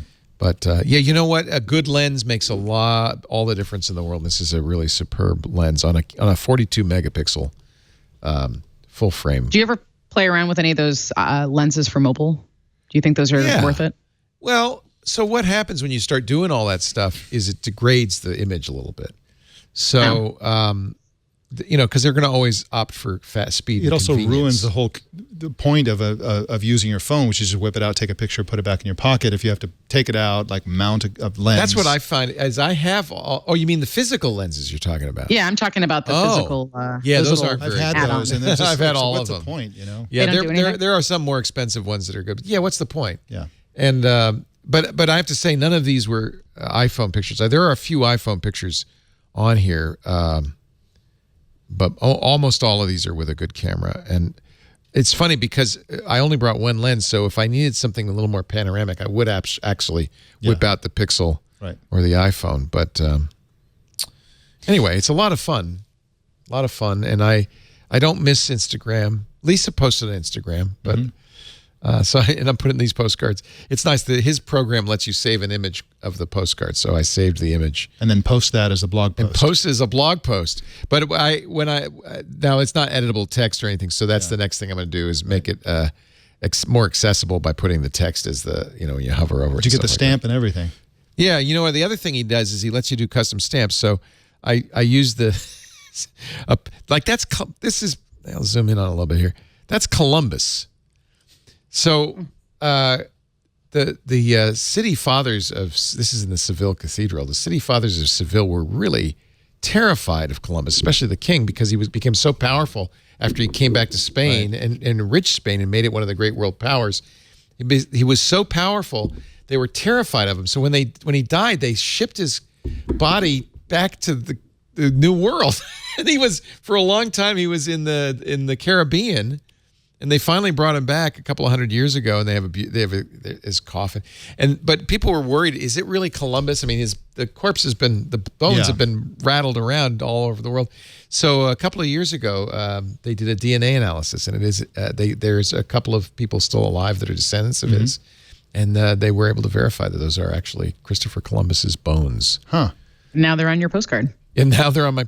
It's a new world. Have you ever been to the Seville Cathedral? It's the largest cathedral in the world. I haven't. It's stunning. I haven't. Yeah, it's amazing. Stunning cathedral. You've been everywhere. Been there. Seville is so great. I loved Seville. Yeah, it's so great. And it's they have a thing called the Seville Festival. It's a week or 2 weeks of just the most intense, overpowering Spanishness in your face all day. All the women. As long dressed as there's like, Jamon Iberico, I don't care. And but that's a great city. If you're a vegetarian, I apologize for that image because it's actually physically. Does it all taste different? I mean, are the different? I've never eaten it before, so I know, you know, it's all pretty darn good. The thing that makes it different is that pigs eat acorns. Yeah, they're acorns. In general, the flesh that you consume in both Spain, Italy, and France is similar, significantly better than anywhere else. I think. Yeah. Like the beef in France, for some reason, is just so good. Oh man! But yeah, don't get me started. One of these days, my dream, Leo, is to walk onto an airplane with one of those haunches, you know, with the leg, with the. I wanted see if one they take so it away. bad. I wanted to take one. It's your support animal. Yeah, that's right. Exactly. That's brilliant. That's right. It's my emotional support. For it. It's great. It's my emotional support ham. That's exactly what it is. So, I can't fly without a ham in the seat next to me. Genius. Wow. And then dare them to tell you that if somebody can bring on a peacock, which is alive, that a dead animal is somehow worse. I think you could bring it on the plane. I don't think it's the plane that's the problem. I think it's the Customs and Border Patrol. By the way, it is easy to get in the United States if you're an old white man. Oh, yeah. It's a snap. They just say, come on back. Welcome back. Just went through like that. Yep. I was all prepared to erase all my data and all that stuff. They said, no, Leo, you're an old white man. Come on in. A lot of people Here's don't know your iPhone this. XS. A lot of people don't know this, but you can legally bring tons of cheese into the U.S. You can't bring meat. You can bring cheese? Cheese. Leo, it has to be. I'd bring cheese. It has to be vacuum sealed. But Vacuum you can sealed just, cheese. with a clear conscience, just bring huge wheels of Parmesan and I guess the cheese lobby wasn't as good as the beef lobby. Exactly. By the way, happy birthday. Today is the 10th anniversary of the announcement of this. Remember when the iPhone came out in 2007? Google does, because they had an Android phone ready to ship that just didn't look like an iPhone. They went crazy and went back to the drawing board and created this thing. This is the G1. It was on T-Mobile. I bought it right away. I remember Colleen Kelly, our engineering manager at the time, she was a Google fanatic. Yeah. And she said, when that Google phone comes out, forget the iPhone. No, it was really underpowered. It had, look at that, though, snaps up. It had a keyboard. But it was the first Android phone. I think it was running Cupcake, I think. Was it? Yeah, Cupcake. That was the era of the Sidekick. The Sidekicks were still popular. The screen is not significantly larger than the one on your wrist. No, but there's one thing that Google was really prescient on. There's no headphone jack on this. They saw the future. They called it. They were the first. Right. Oh, my God. Pixel 3 will be coming out October 9th. Does it not have a jack? Does not have a jack. For real? The Pixel 2 didn't have a jack. No. And that's just, to me, slavish copying of Apple. And by the way, it doesn't have a jack, and it does have a notch.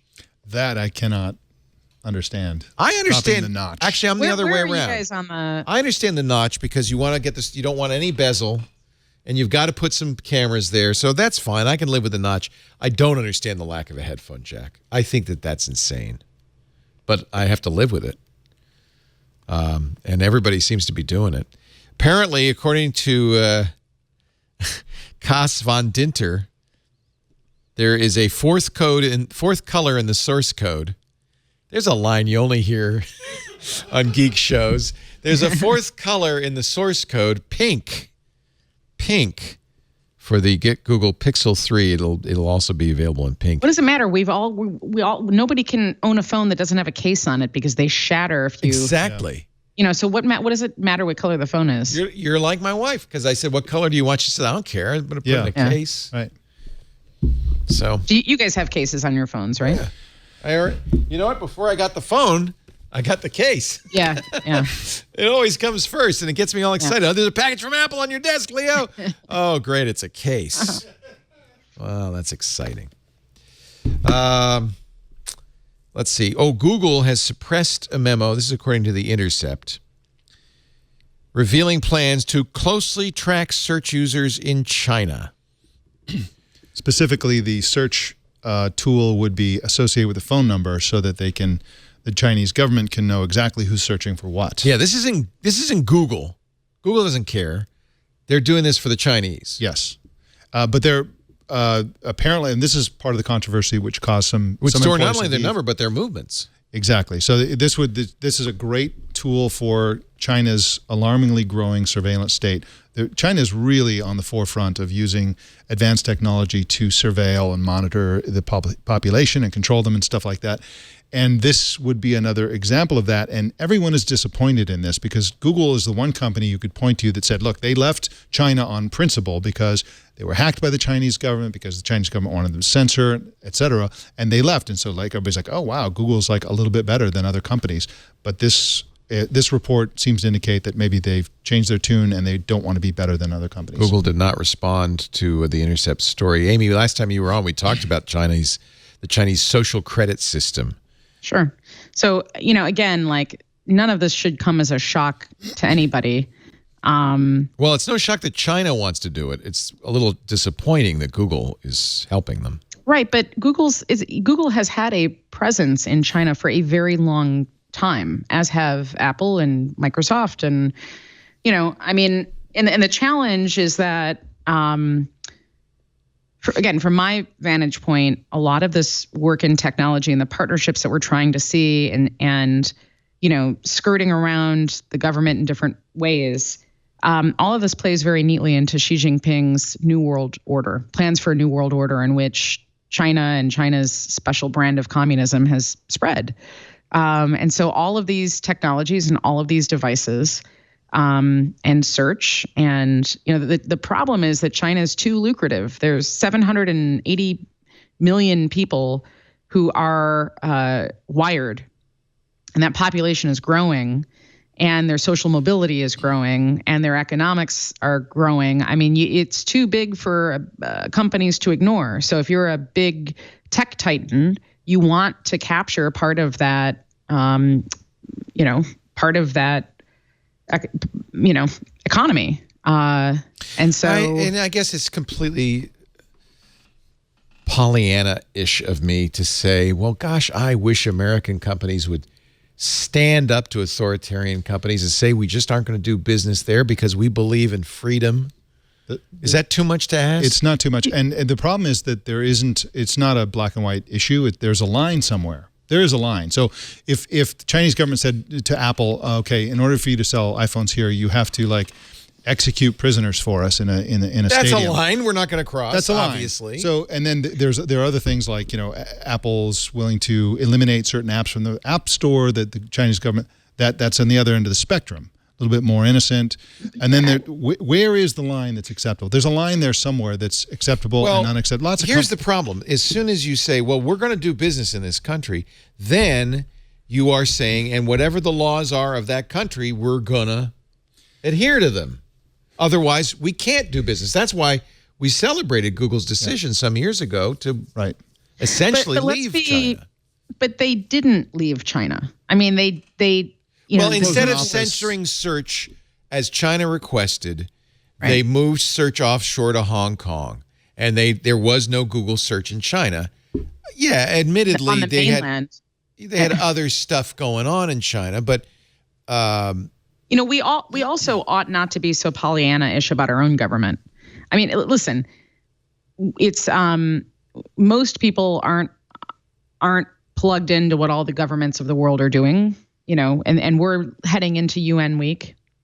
There's a lot that's happening right now. And, in order for the geopolitical balance to remain as it is right now, which, has Americans feeling comfortable, we need certain kinds of technology. There have to be certain partnerships. The thing for me that's concerning about China specifically is that the surveillance is a piece of this, but the surveillance in effort for what? Like, what is the surveillance for? And the surveillance is not just to keep people in line; it's to help usher in this, this bigger idea of China's brand of communism.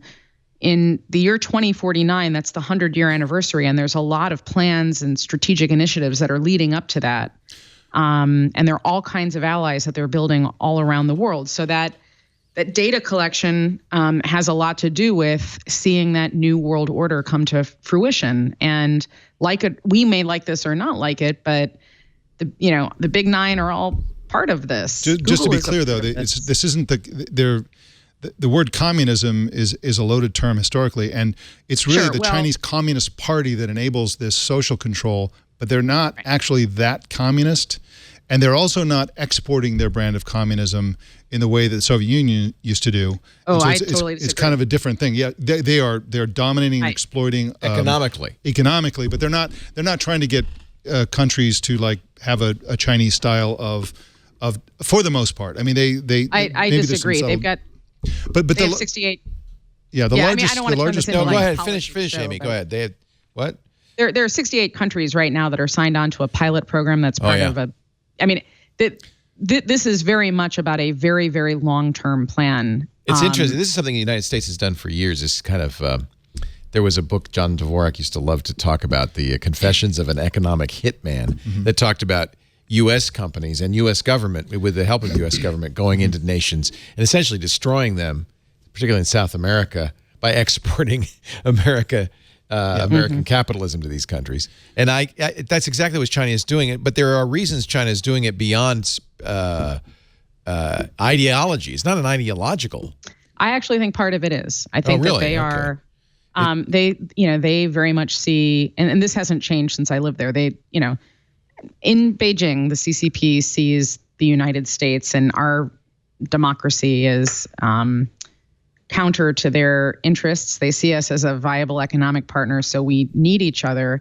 But this is about China spreading its geopolitical influence.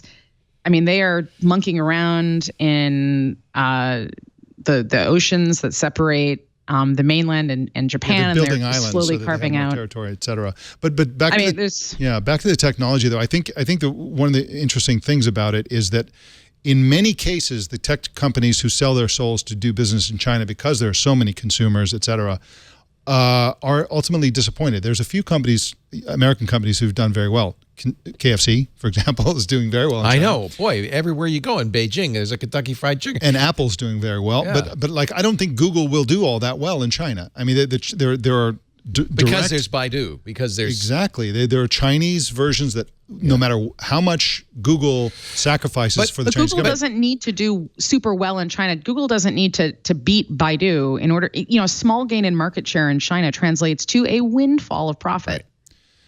Right. So they don't. And after all, if Google, look, if this intercept story is true, and Google is building in this kind of tracking capability for the Chinese government into search, are they not in effect doing exactly where you said we should draw the line? Are they not helping the Chinese government, for instance, detect, follow, arrest, and eventually perhaps execute dissidents? And if that's the case, well, yes, mostly. We saw that happen with Yahoo. But there are lots of, Cisco is doing that. Lots of companies are doing that in China. I know. Well, should we be doing that?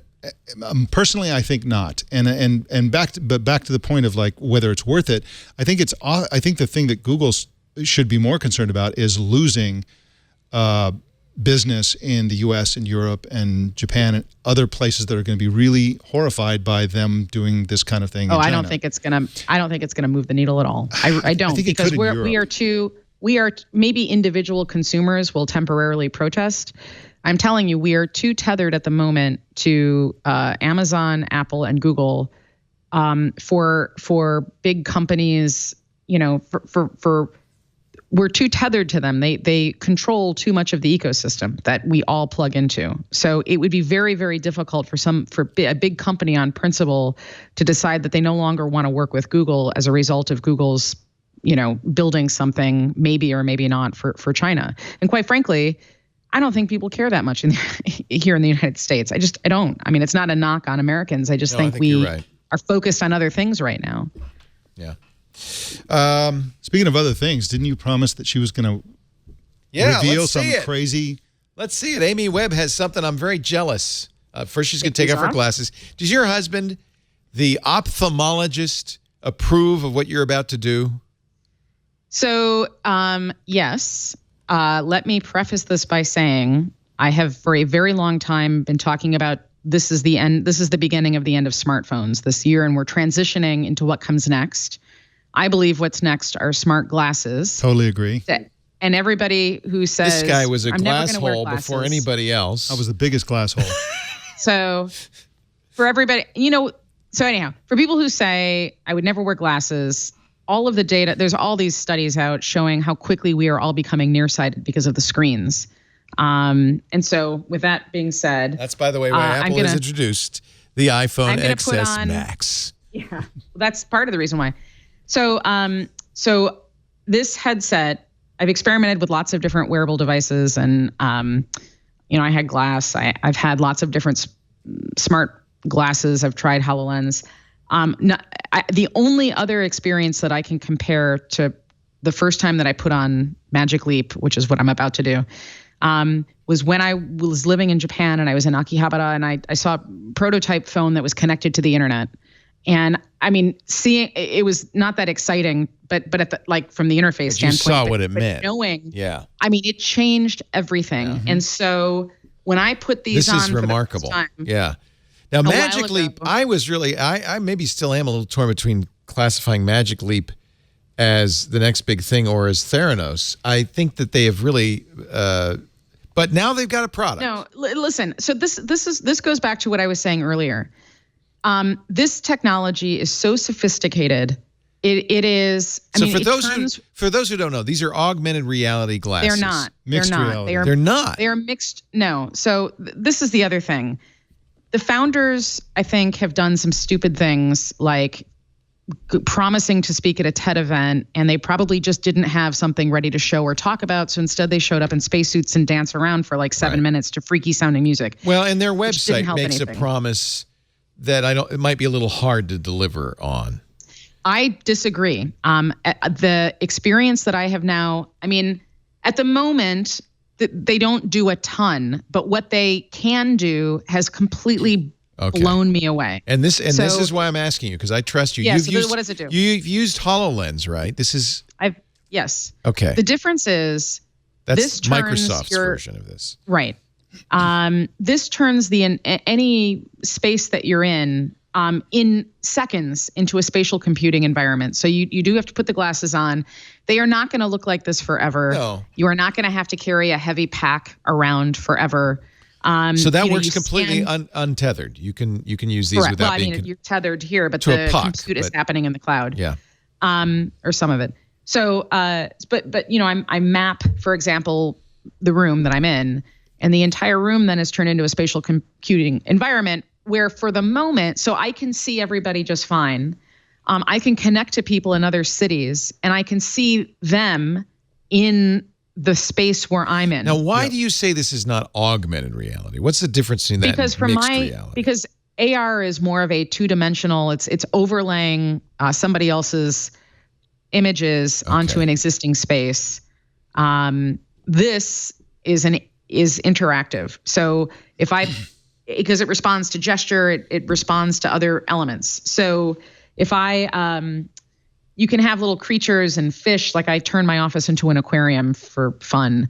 And you can sort of push the fish out of the way, and you're moving around, and you can bring other people in. You can touch them. I mean, you don't feel it with your fingers, but when you move your hand in that space, it interacts with the thing. Correct. And there's no lag. So there's a cognitive dissonance. So it's doing hand tracking.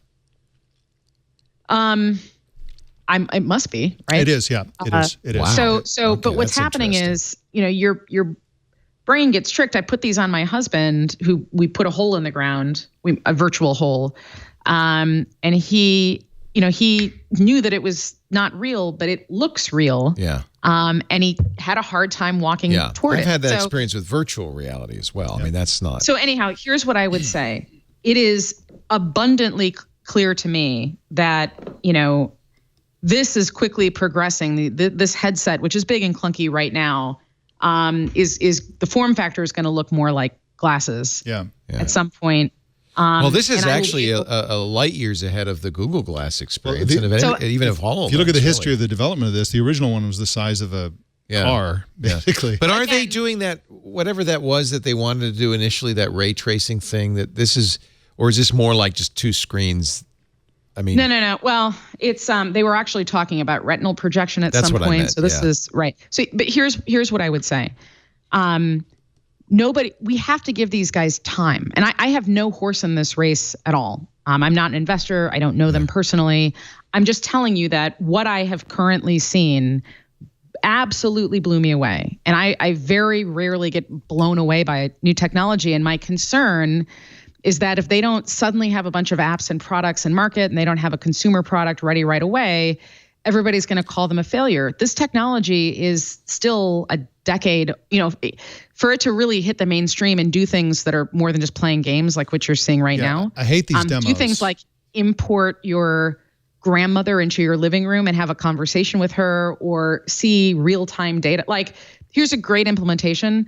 Like, during the next debate or congressional hearing, I've got my glasses on, and every single time somebody speaks, I can see what PACs they've donated to. I can see who they have financial ties to. I mean, all of that stuff is on our near horizon, but we've got to give these guys some time to work. And that's actually an augmented reality feature, but overall, augmented reality is one of the things you can do. But one of the things that for skeptics out there, I'm a skeptic. Okay, skeptics. Put me in that column. So you like regular? Look at this screen here. You have this big screen. It's beautiful. It's physical. It's there. Okay.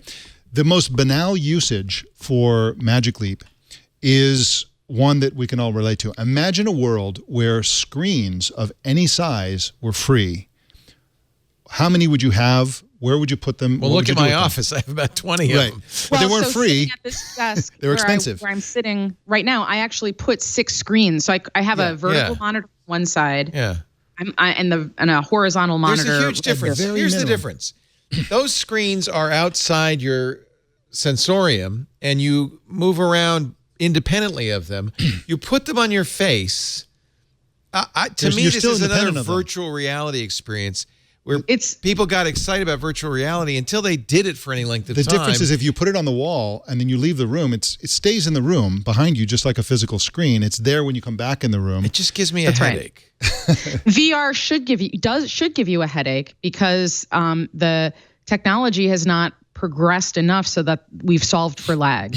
And VR has very, very, very limited use cases. So VR works for games, and it works for certain types of storytelling, like a movie.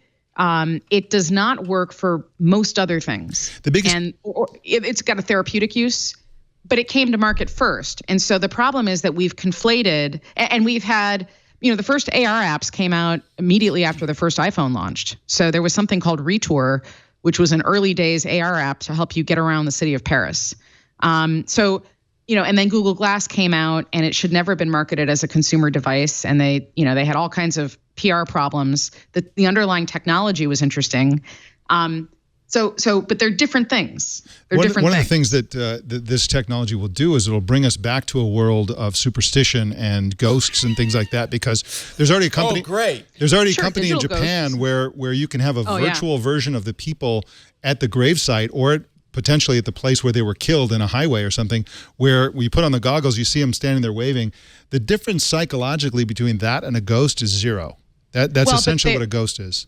But in Japan, there's a different company. I haven't heard of what you're talking about, but there is another company that has built an interactive horror experience. So if you're really into like haunted houses and scary movies, it turns wherever you are into a spatial computing environment and there's sensory and haptic. I feel like the Sony CSL is a piece of this, but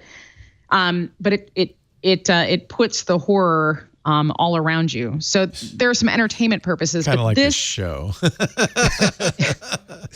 I'm telling you, I can see these being a productivity element if you're a manager in an office and being able to sort of create a visual map very clearly of whatever it is that you're trying to track. I mean, I cannot say enough that this headset is hard to wear. It kind of sort of comes in and out. I've got pretty bad vision, so sometimes it auto-corrects me, sometimes it doesn't. And at the moment, there's not a ton that you can do. But what I can do, I can clearly see the future. And if everybody would just give these guys a break and let them work, let's talk stop about expecting the future. A product. 5 years from now, this technology will be mainstream. There'll be 2 or 3 basic kinds. There'll be the Magic Leap HoloLens types, which will be for work or for high-end entertainment or for serious uses. Kind of like how we use high-end PCs now. We can use them for high-end gaming, high-end business, whatever. There will be the glasses that will look just like the glasses that Amy's wearing right now, which won't be detectable as AR glasses, but they'll be AR. We'll walk around. We'll see little screens. They'll be 2D. We won't have mapping to the walls right away. And then the third type, which is already available, which is, I think, kind of cool, is bone conduction audio, where you talk to the A word or you talk to Siri, whatever. But you do that all day. The benefit of that is 2, 3, 4 day battery life, and also you don't have things in your ears all the time. But this is happening imminently. I think this kind of thing is going to be super mainstream. I think that's a little aggressive. The glasses are definitely a decade out, just for a variety of reasons. But you can actually see that. So they play a big role in the first. So if you watch that show, you'll see everybody wearing the glasses that we're talking about, and some kind of earbud or bone conducting device so that they can talk. I could see. Leo, you should try them. You should try. Have you? I almost bought them, but then I thought, Amy will buy them, and. Well, you're not going to use them. I mean, there's no reason to buy them right now. Yeah. There really isn't. They're more than $2,000. They're like $2,500, right? They're expensive, and unless you're built like I'm building stuff and trying to you need things them. Out. You need them. But nobody else should buy them at the moment because you can't do very much. But you should at least put a set on and just. I mean, I'm willing to stipulate that. Somebody, I think it was, I can't remember who, maybe Andy Anako said, look, remember when you first got, the Atari video console system and how primitive those games are? We're at that stage. And I'm willing to stipulate that we're at a very, very, very early stage. Yep. And what you see today is primitive. I think, though, there's a more fun, maybe, and I've in the past said, it'd be really great to have reputation scores over people's heads or... Yeah.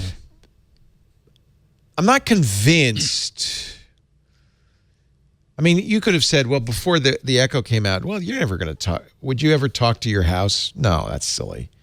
But I've found some use cases for that. Eventually you get hooked on it and you have to have it. And I guess that's the case with this. But it's hard for me to imagine a scenario where this would be a must-have technology, I guess. But it's easy to imagine that it'd be addictive. Yeah, I could see it being addictive. But I mean, being able to talk to my grandma...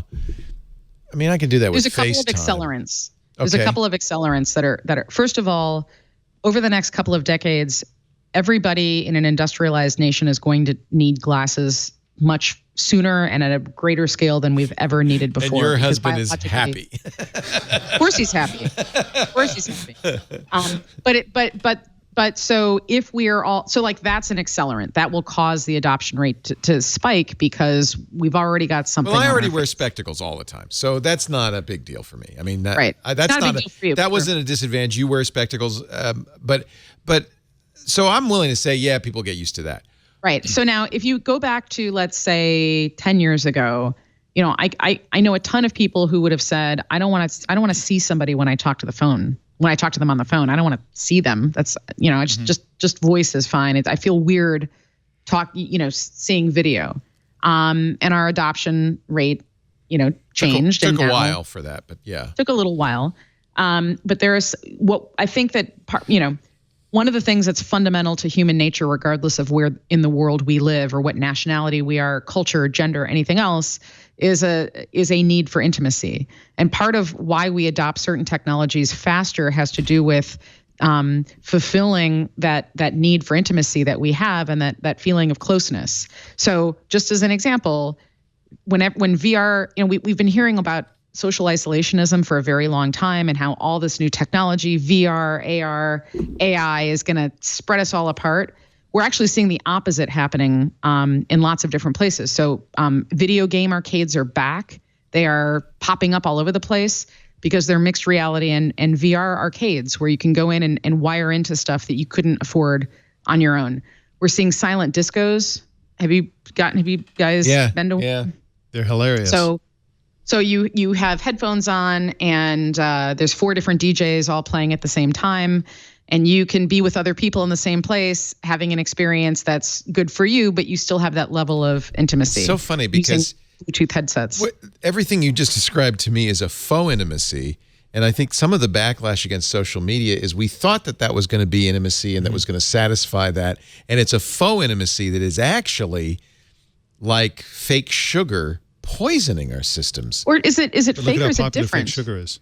Well, that's a good question, Amy. Maybe my kids will consider it real intimacy, but no, because like just as for going back to the club thing for a minute, like I don't like. I used to go out when I lived in when I was younger in my youth. I used to go out to clubs and go dancing. I usually hated the music that was being played, and I sort of forced myself because I wanted to hang out with my friends. But are you hanging out with your friends when you got headphones on? Everybody's got headphones on, and the cool thing is you're not talking or interacting with your friends.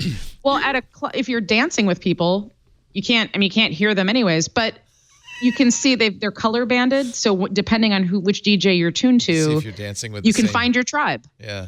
I think it's intimacy expressed in a different way. I think there's plenty of, to your excellent point, there are like plenty of ways this goes bad, and it's faux intimacy. But I think some of this is just change. No, I understand that, and what we consider, and old people like me consider intimacy is different than you young people. But I think when you talk about biological needs, those things are hardwired. Those aren't going to change, and that real intimacy is hardwired. I don't think you can say technology is going to create a new form of intimacy. It's either intimacy or it's not. Who knows? So we don't know, and I acknowledge it could be different. I mean, this is a subtle driver. I mean, if you look at just podcasting, why is podcasting better than television or radio? No offense, because I know you also do radio, but it is radio. That's the funny thing. Yeah, this is radio. But in general, podcasting this is actually a medium that started in the 1920s. Yeah, but in general, podcasting, if it's different, it's more intimate. You can time shift it if you choose. but that's important because that is for me. That is a way to make this experience. I'm having. It's a way to personalize that experience. And I feel like we have a world that's being invented by introverts for introverts. As an introvert, I think that's fantastic. I think the three of us are introverts and are all going, this is great. Works out very well for us.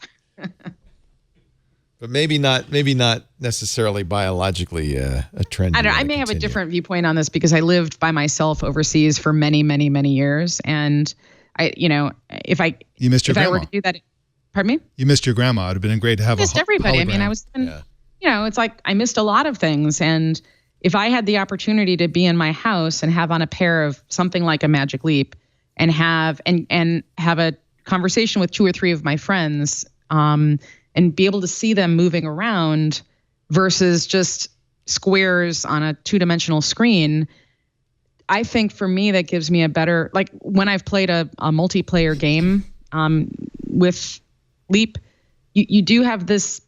I mean, it's Mike. You kind of nailed it talking about ghosts, but it's a ghost in a different way, and you do feel more. I felt more connected because I don't know. There's an additional element of movement. So that's the real question. I think ultimately is going to be, is that satisfying? Is it real intimacy, or is it tricking our mind into thinking we're not alone when we really are alone? And that'll be interesting to watch that play out. I don't know what the answer is. That word "alone" is a good word because you kind of like you don't feel as alone, right? Even though you're the only person in that space, and you can see it. You see everything. Yeah. You just also see, because you're in a spatial computing environment, you see other stuff. Yeah. It's really. I keep bumping into the microphone because I'm so excited. It's really interesting, and Leo, you should at least try them on at some point. I don't know when I went from being somebody who embraced everything new to a Luddite, but I don't embrace anything. Most of the time see stuff and I'm like this iPhone, skeptical. Yeah. Again, like this headset is you're not going to buy and do anything with it, but this is not what I'm excited about. What I'm excited is, and that's why I want everybody to just leave them alone and let them let's curb our expectations here for an annual product launch and just let them do their work. It's really hard stuff. Well, the only people you have to convince that of is their investors. And I think that their investors, it's actually been a fascinating story because the journalists like Kevin Kelly and the investors who have seen this before anybody else has are completely sold on it. Yeah. And the rest of the world, like me, is saying, well, really? But the Magic Leap has as much time as its investors want to give it, right?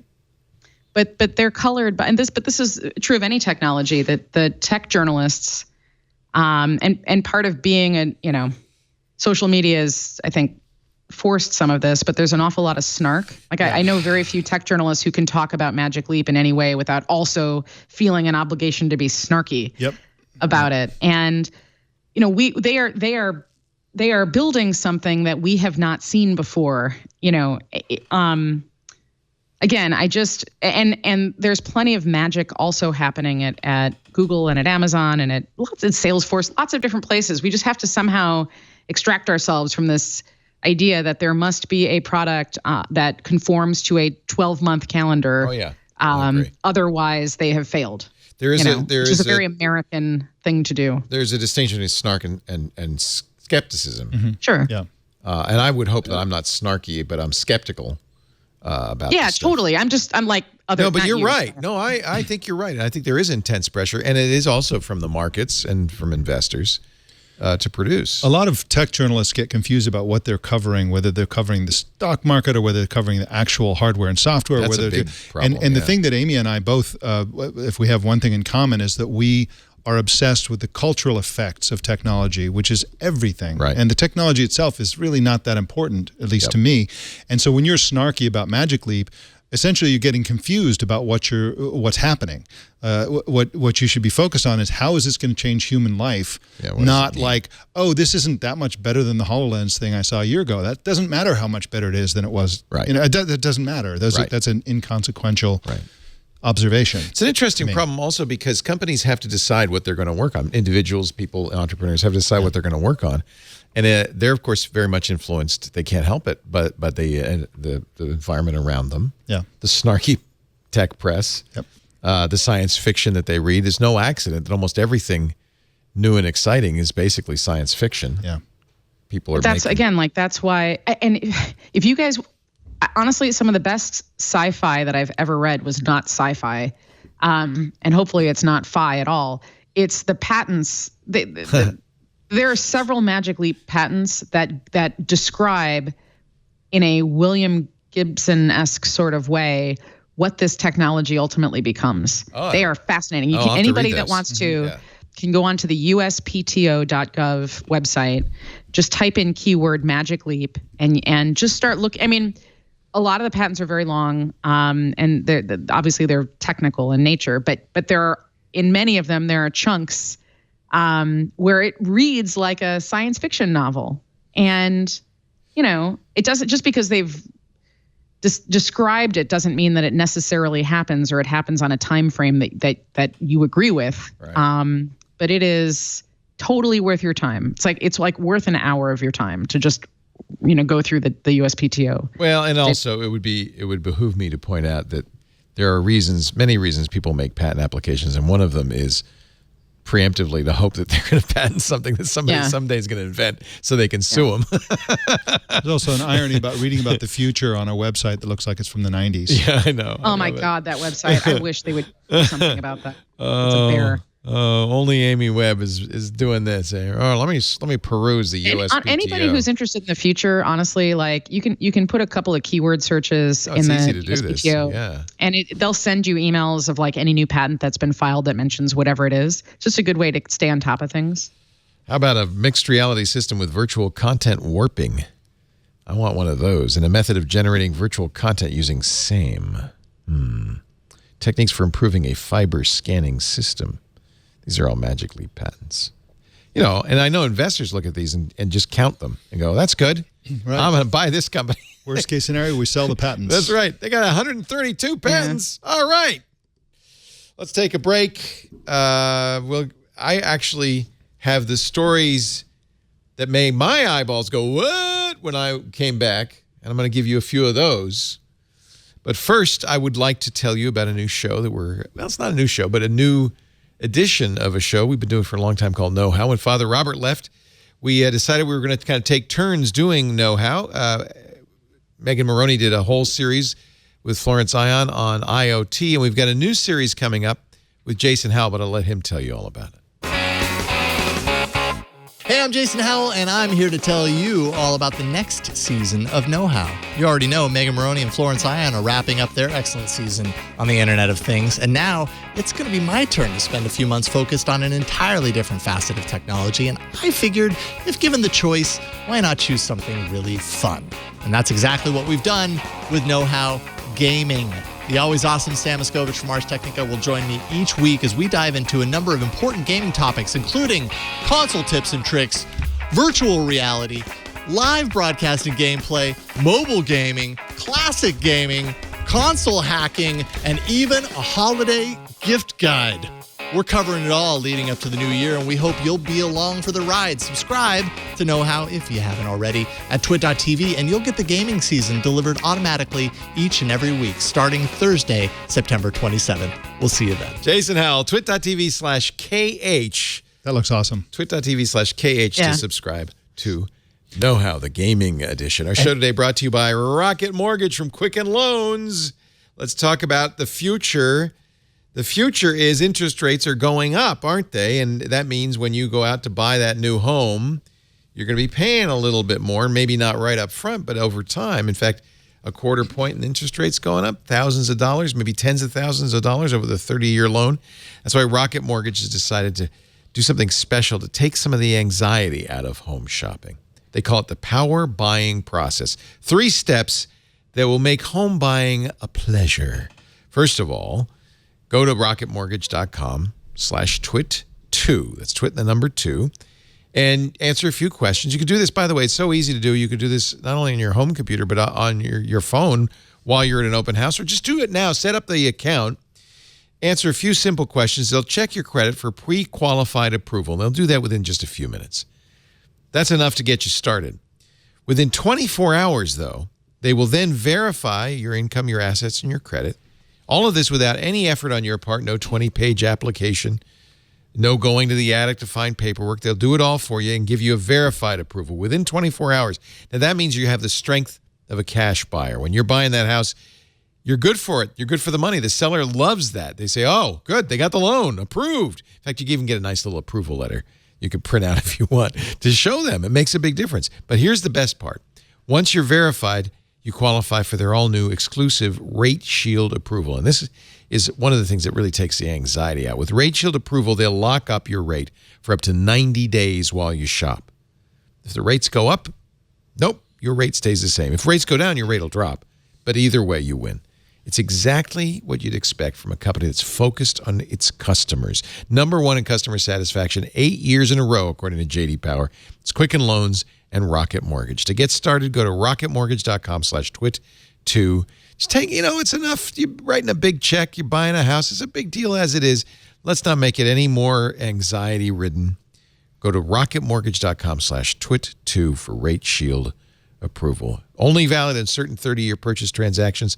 Additional conditions or exclusions may apply based on Quicken Loans data in comparison to public data records. Equal housing lender. Licensed in all 50 states, NMLSconsumeraccess.org, number 3030. It's rocketmortgage.com/twit and the number 2, rocketmortgage.com/twit2. And we thank Rocket Mortgage for being such a great supporter throughout the year. And they're coming back next year. We're glad to hear that, too.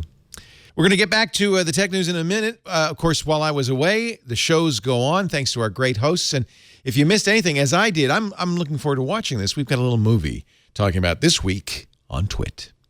Previously on Twit. You're filling in for Leo one more day. Yes. My fear is that Leo is literally going to come into the studio while I'm on with the last hour of the tech guy and just literally grab the microphone for me. This is the dream I've been having at night. It's like the nightmare. Maybe that might actually happen. Now that you put it out into the world. In the postcard? Let me see. Yes. Did he mention I will be kicking you out? Mac Break Weekly. Someone posted stats to show that the iPhone processors now are about as fast as some of the, are getting very close to the fast of some of the bottom end MacBooks.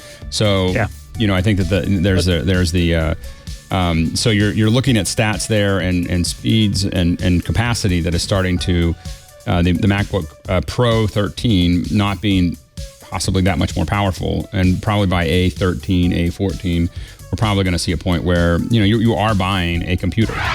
This Week in Google. So Smart Replies, looks at all these responses and makes up a response that you should give an email. And I've talked about how I feel guilty using it. Well, AI goes off our behavior. So guess what Smart Reply tried to get people to say often? I love you. Oh, I'm down with that. Yeah. All this hate going around in this world, plant that little seed of love. I totally dig that. Twit. We love you. Don't tell Rich that I am going to kick him out in the last hour. Now that you put it out in the world, it's probably going to happen. Then I'd also like $1 million. Okay, good. That was important to fit that in there. Let's put that one out there in the world, too. Twit continues the return of Leo after 3 weeks. Mike Elgin and Amy Webb with me today. You mentioned the new Jason Howell gaming know-how. You didn't mention Valley of Genius, which I think is a podcast of fantastic. It's so good. So good. Such a great idea. That is a new show, too, and I didn't really publicize that as much as I should have. It's audio only. It started because we interviewed the author of the book, Valley of Genius, and on triangulation. I'm talking to him. It's a great book. Adam Fisher talks to hundreds of people who made Silicon Valley what it is, and I mean hundreds. And at the end of the conversation, triangulation, he said, "Yeah, I got many hundreds of hours of tape." I said, "What? You have audio of all this?" "Yeah." I said, oh, wow. A book was a good idea, but I think a podcast might be better. Yes. So what we've done is and they're not long. I think they're 15 minutes, half an hour. That's really smart. Yeah, we've got Woz. Yeah. We've got the third founder of Google. Everybody talks about Sergey Brin and Larry Page. But there was a guy, what's his name? Adam Hassan, who did all the coding. He was the fifth Beatle who did all the coding for Google. He was a graduate student at Stanford who had been assigned. He was the only programmer in the computer lab. He was assigned to all these graduate students that are trying to write their thesis to code up the thing their thesis is about. Larry and Sergey were just trying to get their doctorate. Right. They didn't. So this whole thing, Hassan's writing the code for it. So that's one of the interviews. There's Nolan Bushnell. He even followed Tony Fadell, the guy who worked on the He was originally iPod. He was originally at General Magic. Great story there about how he got the job at General Magic as a kid straight out of college. He then went to help design the iPod and the iPhone. Fadell is now in Paris, as anybody would be with his money. That's where I would be. And actually, he's helping entrepreneurs. He's doing VC stuff. So they're great story. Adam gets on a motorcycle or a bicycle, I guess, because they're bicycling across Paris. He's following Fadell across Paris. This interview, wait till you hear it. The audio is fantastic. So he has audio of all of this stuff. I said, Adam, come in. Let's do a podcast. So that's Valley of Genius, twit.tv/VOG. It is only audio. Because there's what do you need video? We're going to put new episodes out every Monday. And this could go on for a long time. If somebody came to you and said, I'm going to interview this guy, I'm going to interview that guy, you'd be like, sure you will. He got everybody. It's unbelievable. And they're not performances. They're, and this is the great thing. As a journalist, you interview people, and the interviews are actually great, but you usually don't get to, nobody hears them, Right. Yeah, it's basically his notes. He needs to go back and ask everybody if it was okay that he... Well, I asked him that. He said, well, there's this thing called the First Amendment, or I don't know what he said. Yeah. He said, basically, this was on the record interviews that we were doing for a book. I own them. He's interviewing Woz. What's the name of it? The Chuck Wagon? Woz loves this place. Barbecue place, right? Yeah, he loves this place in Silicon Valley. What's it called? The Hickory Pit. Hickory Pit, right. I like the Chuck Wagon better. Are you sure it's not the Chuck Wagon? Anyway, it's The Hickory Pit's a chain, but I think there's anyway. You hear Woz lip smacking and they're eating. There's clanking of dishes. It's really fun. Yes. No, he didn't. He says, no. I said you have permission. He said, oh yeah, these are all on the record interviews. I have permission to use these. So a podcast was born. Brilliant. Yeah, I love it. If you haven't heard it, twit.tv/VOG. And I think we've only done a few episodes, right? Karsten, how many are out? 2 are out so far. 1 more comes out tomorrow with Nolan Bushnell. Oh, that'll be fun.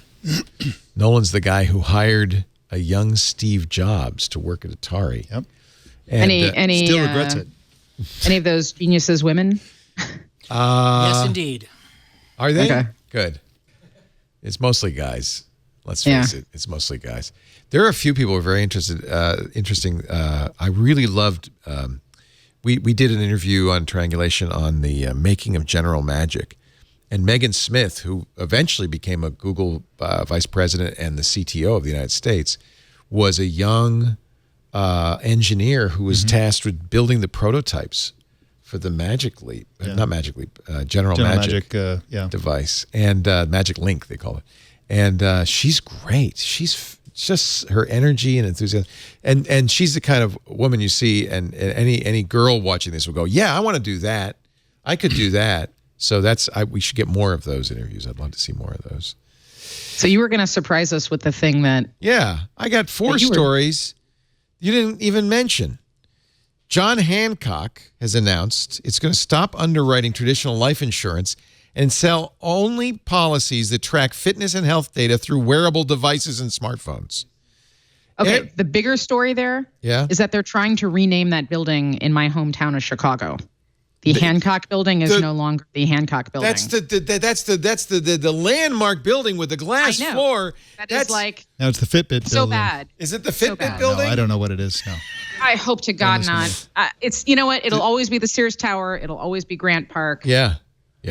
Oh, by the way, I didn't know you were a Chicagoan. I am a Chicagoan. Movie on the airplane. It's called 85. The story of the 1985 Chicago Bears.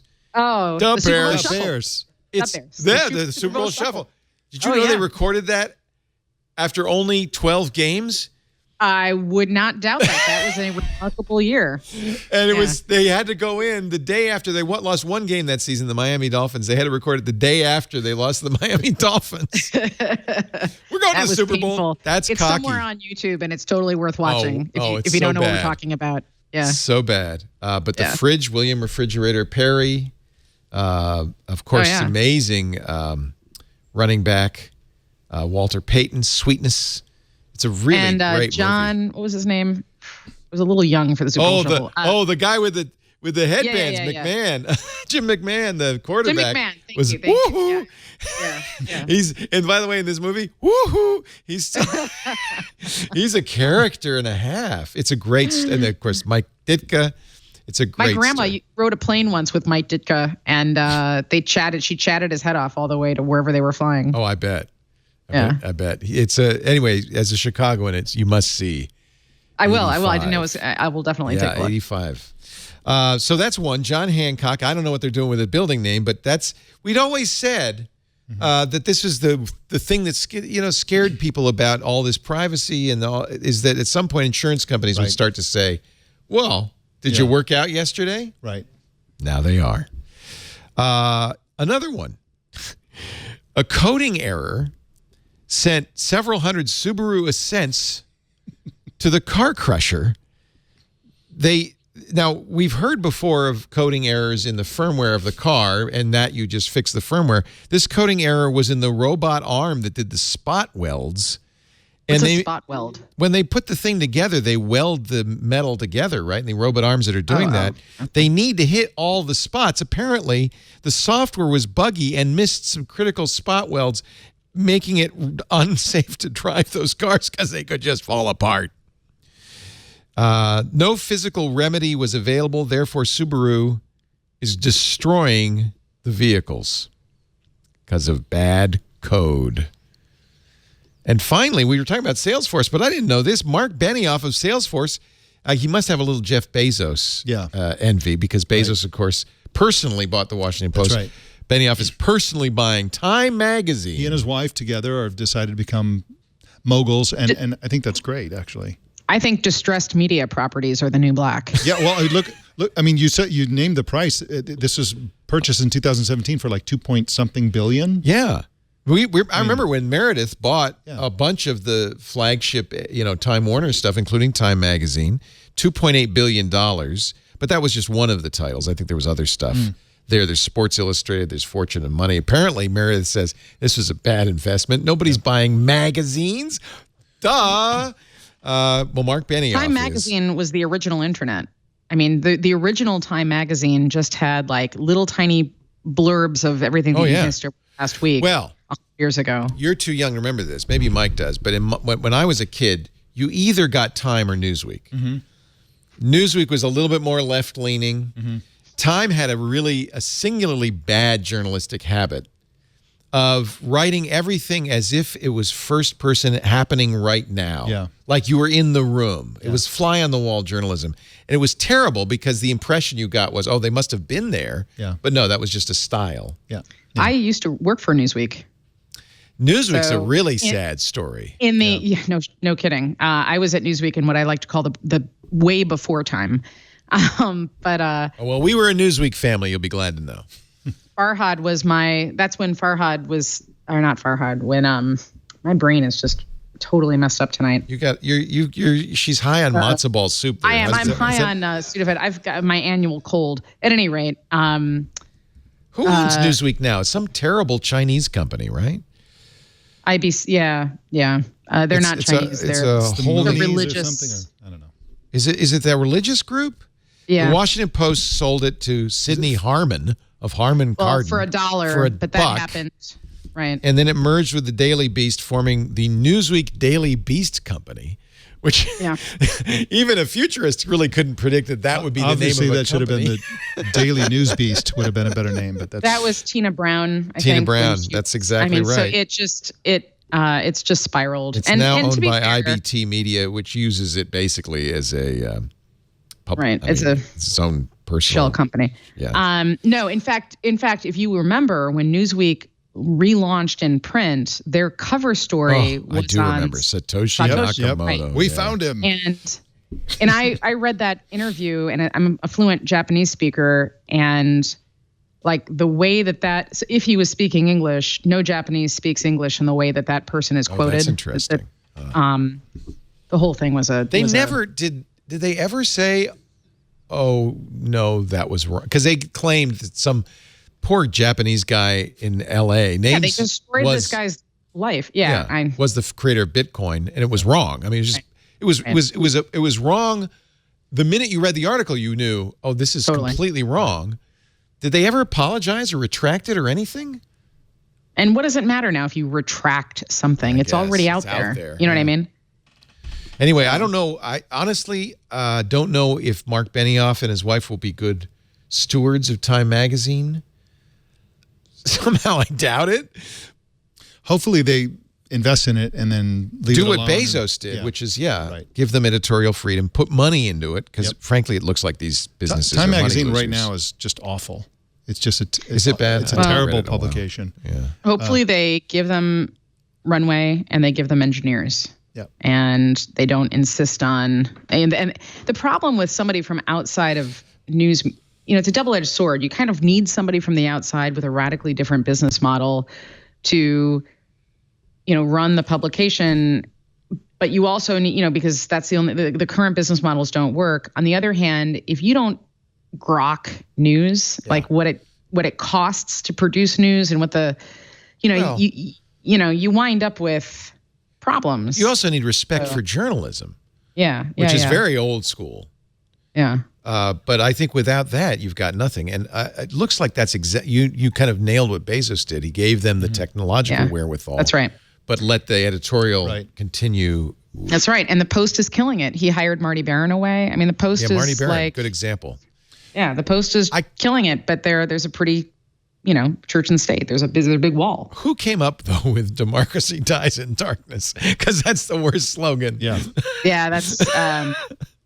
Is that Marty? I hope it wasn't Marty. I don't know if it was Marty himself. That was like Finally, we've said over and over that Equifax never paid for the breach, that they got away with murder. Remember, 140 million records, everybody's social, everything leaked to the bad guys, and Equifax executives never suffered for that. There was no fine. There was no punishment. Well, there is now. I'm very happy to say. Public floggings?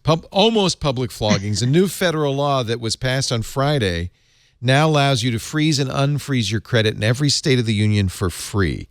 The price of this has varied. In some states it was free, but in many states it was as much as $12 per bureau per freeze. Yes.